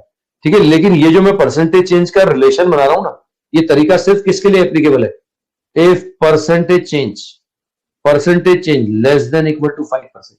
अगर 5% से कम है ना, तो ये मेथड काम आएगा, वरना ये मेथड काम नहीं आएगा, है ना। ये याद दिला दिया मैंने, उम्मीद करता हूं तुम सब जानते थे। ठीक है, अब आओ साहब, इसमें देखो, इस वाले केस में मास कांस्टेंट है। अगर मास कांस्टेंट तो g is inversely proportional to R²। मतलब क्या बोलोगे? G is proportional to R की पावर -2। तो क्या बोलोगे? जी में परसेंटेज चेंज बराबर R में परसेंटेज चेंज, जी में परसेंटेज चेंज बराबर R में परसेंटेज चेंज, और पावर से मल्टीप्लाई कर दो तो पावर कितनी? -2। ठीक है, आई थिंक कंसेप्ट समझ में आ गया, रिलेशन बनाना सीखे भाई, बहुत आसान कंसेप्ट है। ठीक है, अच्छा मैं और बताऊं, चलो m और r दोनों पे डिपेंड करता है। ये g is proportional to m की पावर 1 और r की पावर -2, ये दोनों पे डिपेंड करता है। तो क्या बोलोगे? m का परसेंटेज चेंज, r का परसेंटेज चेंज, तो m की पावर 1 से मल्टीप्लाई, r की पावर -2 तो -2 से मल्टीप्लाई। तो परसेंटेज चेंज का एग्जांपल समझ में आ गया होगा सबको, ये परसेंटेज चेंज का कंसेप्ट समझ गए होगे, ये लेस देन 5% में काम में लेना है। ठीक है, चलो मैं वापस से कंक्लूड करूं। अब हाइट के लिए मैंने 2 फॉर्मूले बताए थे। अगर 5% से कम है तो ये वाला फॉर्मूला लगाते थे, ये वाला 5% लेस देन इक्वल टू 5%, तो 5% से कम में ये हाइट के साथ जी का परसेंटेज चेंज आ गया। और ये डेप्थ के साथ परसेंटेज चेंज आ गया। फॉर्मूले याद नहीं रख सको कोई दिक्कत नहीं है, कंसेप्ट याद रखना, मैंने बता दिया आपको। परसेंटेज चेंज के फॉर्मूले याद रखने की जरूरत नहीं, बना लोगे अपने आप याद। ठीक है, अच्छा अब एक और point, if earth stop rotating यानी ओमेगा 0 हो जाए, तो भैया ओमेगा 0 होगा ना, तो मैंने बताया ना जी इफेक्टिव फॉर्मूले से अगर बताऊं तो g minus omega square R cos square lambda omega 0, तो सब जगह जी हो जाएगा, सब जगह जी। मैंने पहले बता दिया तुम्हें, ये मैंने तुम्हें पहले बता दिया है, सारी बातें बता दी। ठीक है, अब क्वेश्चन करने से पहले मैं एक बात और बताना चाह रहा हूं, ढंग से सुन लो, कॉपी पेन छोड़ करके मेरी बात सुनना, है ना। 2-4 क्वेश्चन अभी कराऊंगा और होमवर्क में दूंगा। फिर क्वेश्चन अभी जो मैंने बातें बताई इसमें कुछ बातें और बता दूं। ये सबको पता है कि हाइट पर जाने पर जी क्या होता है, कम होता है, डेप्थ पर जाने पर भी जी कम होता है। अब क्वेश्चन बनता है कब ज्यादा कम होता है, हाइट पे जाने पे ज्यादा कम होता है कि डेप्थ पे जाने पे ज्यादा कम होता है, क्वेश्चन ये बनता है। ठीक है, तो देखो अगर मैं तुमसे बोलता हूं कि H लेस देन R है, यानी वही 5% वाला, less than equal to 5% of R, 5% वाला केस, तो ऐसे केस में हाइट का फॉर्मूला क्या लेते हैं, ये लेते हो g surface 1 minus 2H upon R लेते हो। लेकिन डेप्थ का फॉर्मूला क्या लोगे, डेप्थ का फॉर्मूला लोगे g surface 1 minus d upon R, लोगे कि नहीं लोगे, है ना। मैं ये वाला केस डिस्कस कर रहा हूं, ये वाला केस जब H less then R, height का फॉर्मूला ये, डेप्थ का ही। अब खुद ही देखो, अगर मैं इससे बोलता हूं कि H और D बराबर है, मतलब अर्थ की सरफेस से जितनी हाइट पे गया मैं उतनी ही डेप्थ पे गया, तो फॉर्मूले को देख के बताओ कहां पर जी ज्यादा है, हाइट पर कम है और डेप्थ पर ज्यादा है, क्योंकि यहाँ 2H आ रहा है और वहां H आ रहा है, यहाँ आ रहा है 2H और वहां H। बात पकड़ने आगे हुई। ठीक है, गहराई पर जाने पर जी का वैल्यू ऊंचाई के कंपैरिजन में क्या होगा, ज्यादा होगा। चलो रुको रुको, मैं तुम्हारे बात दिमाग में बिठा दूं, ढंग से सुनो। अर्थ की सरफेस से ऊपर गए तो भी जी कम हुआ, नीचे गए तो भी जी कम हुआ। अब बोलते हैं कि मैं 1 किलोमीटर ऊपर गया और 1 किलोमीटर नीचे गया, तो बताओ जी कहां ज्यादा मिलेगा, तो जी गहराई पे तुम्हें ज्यादा मिलेगा, जी तुम्हें गहराई पर ज्यादा मिलेगा। बात पकड़ में आ गई साहब, डेप्थ पर हाइट के कंपैरिजन में ज्यादा मिलेगा। अच्छा चलो उसका उल्टा, मैं चाहता हूं कि जी बराबर रहे, जितना जी हाइट पर रहे उतना ही जी डेप्थ पर रहे, तो उसके लिए क्या ज्यादा होना चाहिए। देखो दूसरा, अगर मैं बोलूं कि जी एच बराबर जी डी है, ये रखोगे ना, ये सॉल्व करोगे तो डी बराबर आएगा 2H।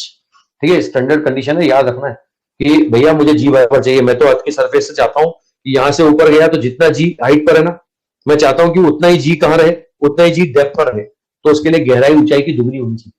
समझ रहे हो, मैं एक अर्थ की सरफेस से 1 किलोमीटर हाइट पे जाता हूं, वहां जितना जी है उतना ही जी मुझे गहराई पे चाहिए, तो गहराई होनी चाहिए 2 किलोमीटर, डी बराबर 2H। बात समझ में आ गई। तो अर्थ की सरफेस से ऊपर जाने पे भी जी कम होता है, नीचे जाने पे भी जी कम होता है। सेम हाइट और सेम डेप्थ पर देखोगे तो डेप्थ पर जी तुम्हें हाइट के जी से ज्यादा मिलेगा। अब जी सेम चाहिए तो गहराई ऊंचाई की दुगनी होनी चाहिए। बात पकड़ में आगे होगी, मतलब ज्यादा रेट से कहां कम होता है, गहराई पर जाने, ऊंचाई पर जाने पर ज्यादा रेट से कम होता है। बात पकड़ में आ गई, कॉन्सेप्ट समझ गए। थ्योरेटिकल बातें मैंने सारी बता दी। अच्छा एक थ्योरेटिकल क्वेश्चन और बनता है, आपको पता है हाइट का इफेक्ट हो, डेप्थ का इफेक्ट हो, जिसका भी इफेक्ट हो, रोटेशन का हो, शेप का हो, इक्वेटर पर कम होता है, इक्वेटर पर कम होता है और पोल्स पे ज्यादा होता है, ये पता है आपको। इक्वेटर पर मिनिमम और पोल्स पर क्या होता है, मैक्सिमम, ये आपको पता है। अब एक थ्योरेटिकल क्वेश्चन बनता है, बड़े ध्यान से सुन लेना, है ना। एक थ्योरेटिकल क्वेश्चन बनता है कि भैया तुम्हें 1 किलो शक्कर खरीदनी है साहब, 1 किलो शुगर खरीदनी है, कहां पे खरीदे ताकि ज्यादा क्वांटिटी मिले, कहां खरीदे ताकि क्वांटिटी ज्यादा मिले, इक्वेटर पे जाके खरीदेंगे पोल्स पे जाके खरीदें। ठीक है, अब सोच लो, अगर मैं बोलता हूं 1 किलो शक्कर, 1 किलो शक्कर मतलब वेट क्या हो गया, वेट होता है mg, वेट सेम होगा भाई, दोनों जगह वेट 1-1 किलो, तो m is inversely proportional to g आएगा ना, quantity inversely proportional to g। अब g तुम्हें पता है कहां ज्यादा है, पोल्स पे ज्यादा है ना, तो ये जो मास होगा, ये मास इक्वेटर पर तुम्हें पोल से ज्यादा मिलेगा, मास जो है ना वो इक्वेटर पे ज्यादा मिलेगा और पोल्स पे कम मिलेगा, यानी क्वांटिटी इक्वेटर पे ज्यादा मिलेगी और पोल पे कम मिलेगी। मतलब मैं इक्वेटर पर 1 किलो शक्कर खरीदूं और पोल पे जाके 1 किलो शक्कर खरीदूं, तो मुझे क्वांटिटी इक्वेटर पे ज्यादा मिल रही है और पोल पे कम मिल रही है ना। अब बढ़िया बुद्धि मत लगाना कि बोले इक्वेटर पे क्वांटिटी ज्यादा मिलती है यहाँ खरीदो और पोल पे क्वांटिटी कम देनी पड़ेगी वहां, है ना। अबे 4-5 दाने का फायदा इक्वेटर पे होगा, 4-5 दाने तुम्हें इक्वेटर में ज्यादा मिल जाएंगे और 4-5 दाने का फायदा वहां पोल्स पे हो जाएगा, कुल मिलाकर के 8 दाने हो जाएंगे, है ना। भाई सोना खरीदना बेचना हो तो फिर भी बात करें, शक्कर की बात कर रहे हैं, है ना। अब ऐसा मत बोलना कि सोने के दाने बना लेते हैं, है ना, कोई नहीं खरीदेगा तेरे से सोने के दाने। ठीक है, चलो चलो वापस आओ, तो कंक्लूजन मैं कंक्लूड कर दूं बात को, अगर मैं 1 किलो शक्कर इक्वेटर पर खरीदता हूं और वही 1 किलो शक्कर पोल्स पे जाकर खरीदता हूं, तो इक्वेटर पर मुझे क्वांटिटी ज्यादा मिलेगी और पोल्स पर क्वांटिटी मिलेगी। बात पकड़ में आ गई, सारे थियोरेटिकल पॉइंट समझ में आ गए होंगे। ठीक है, तो मैं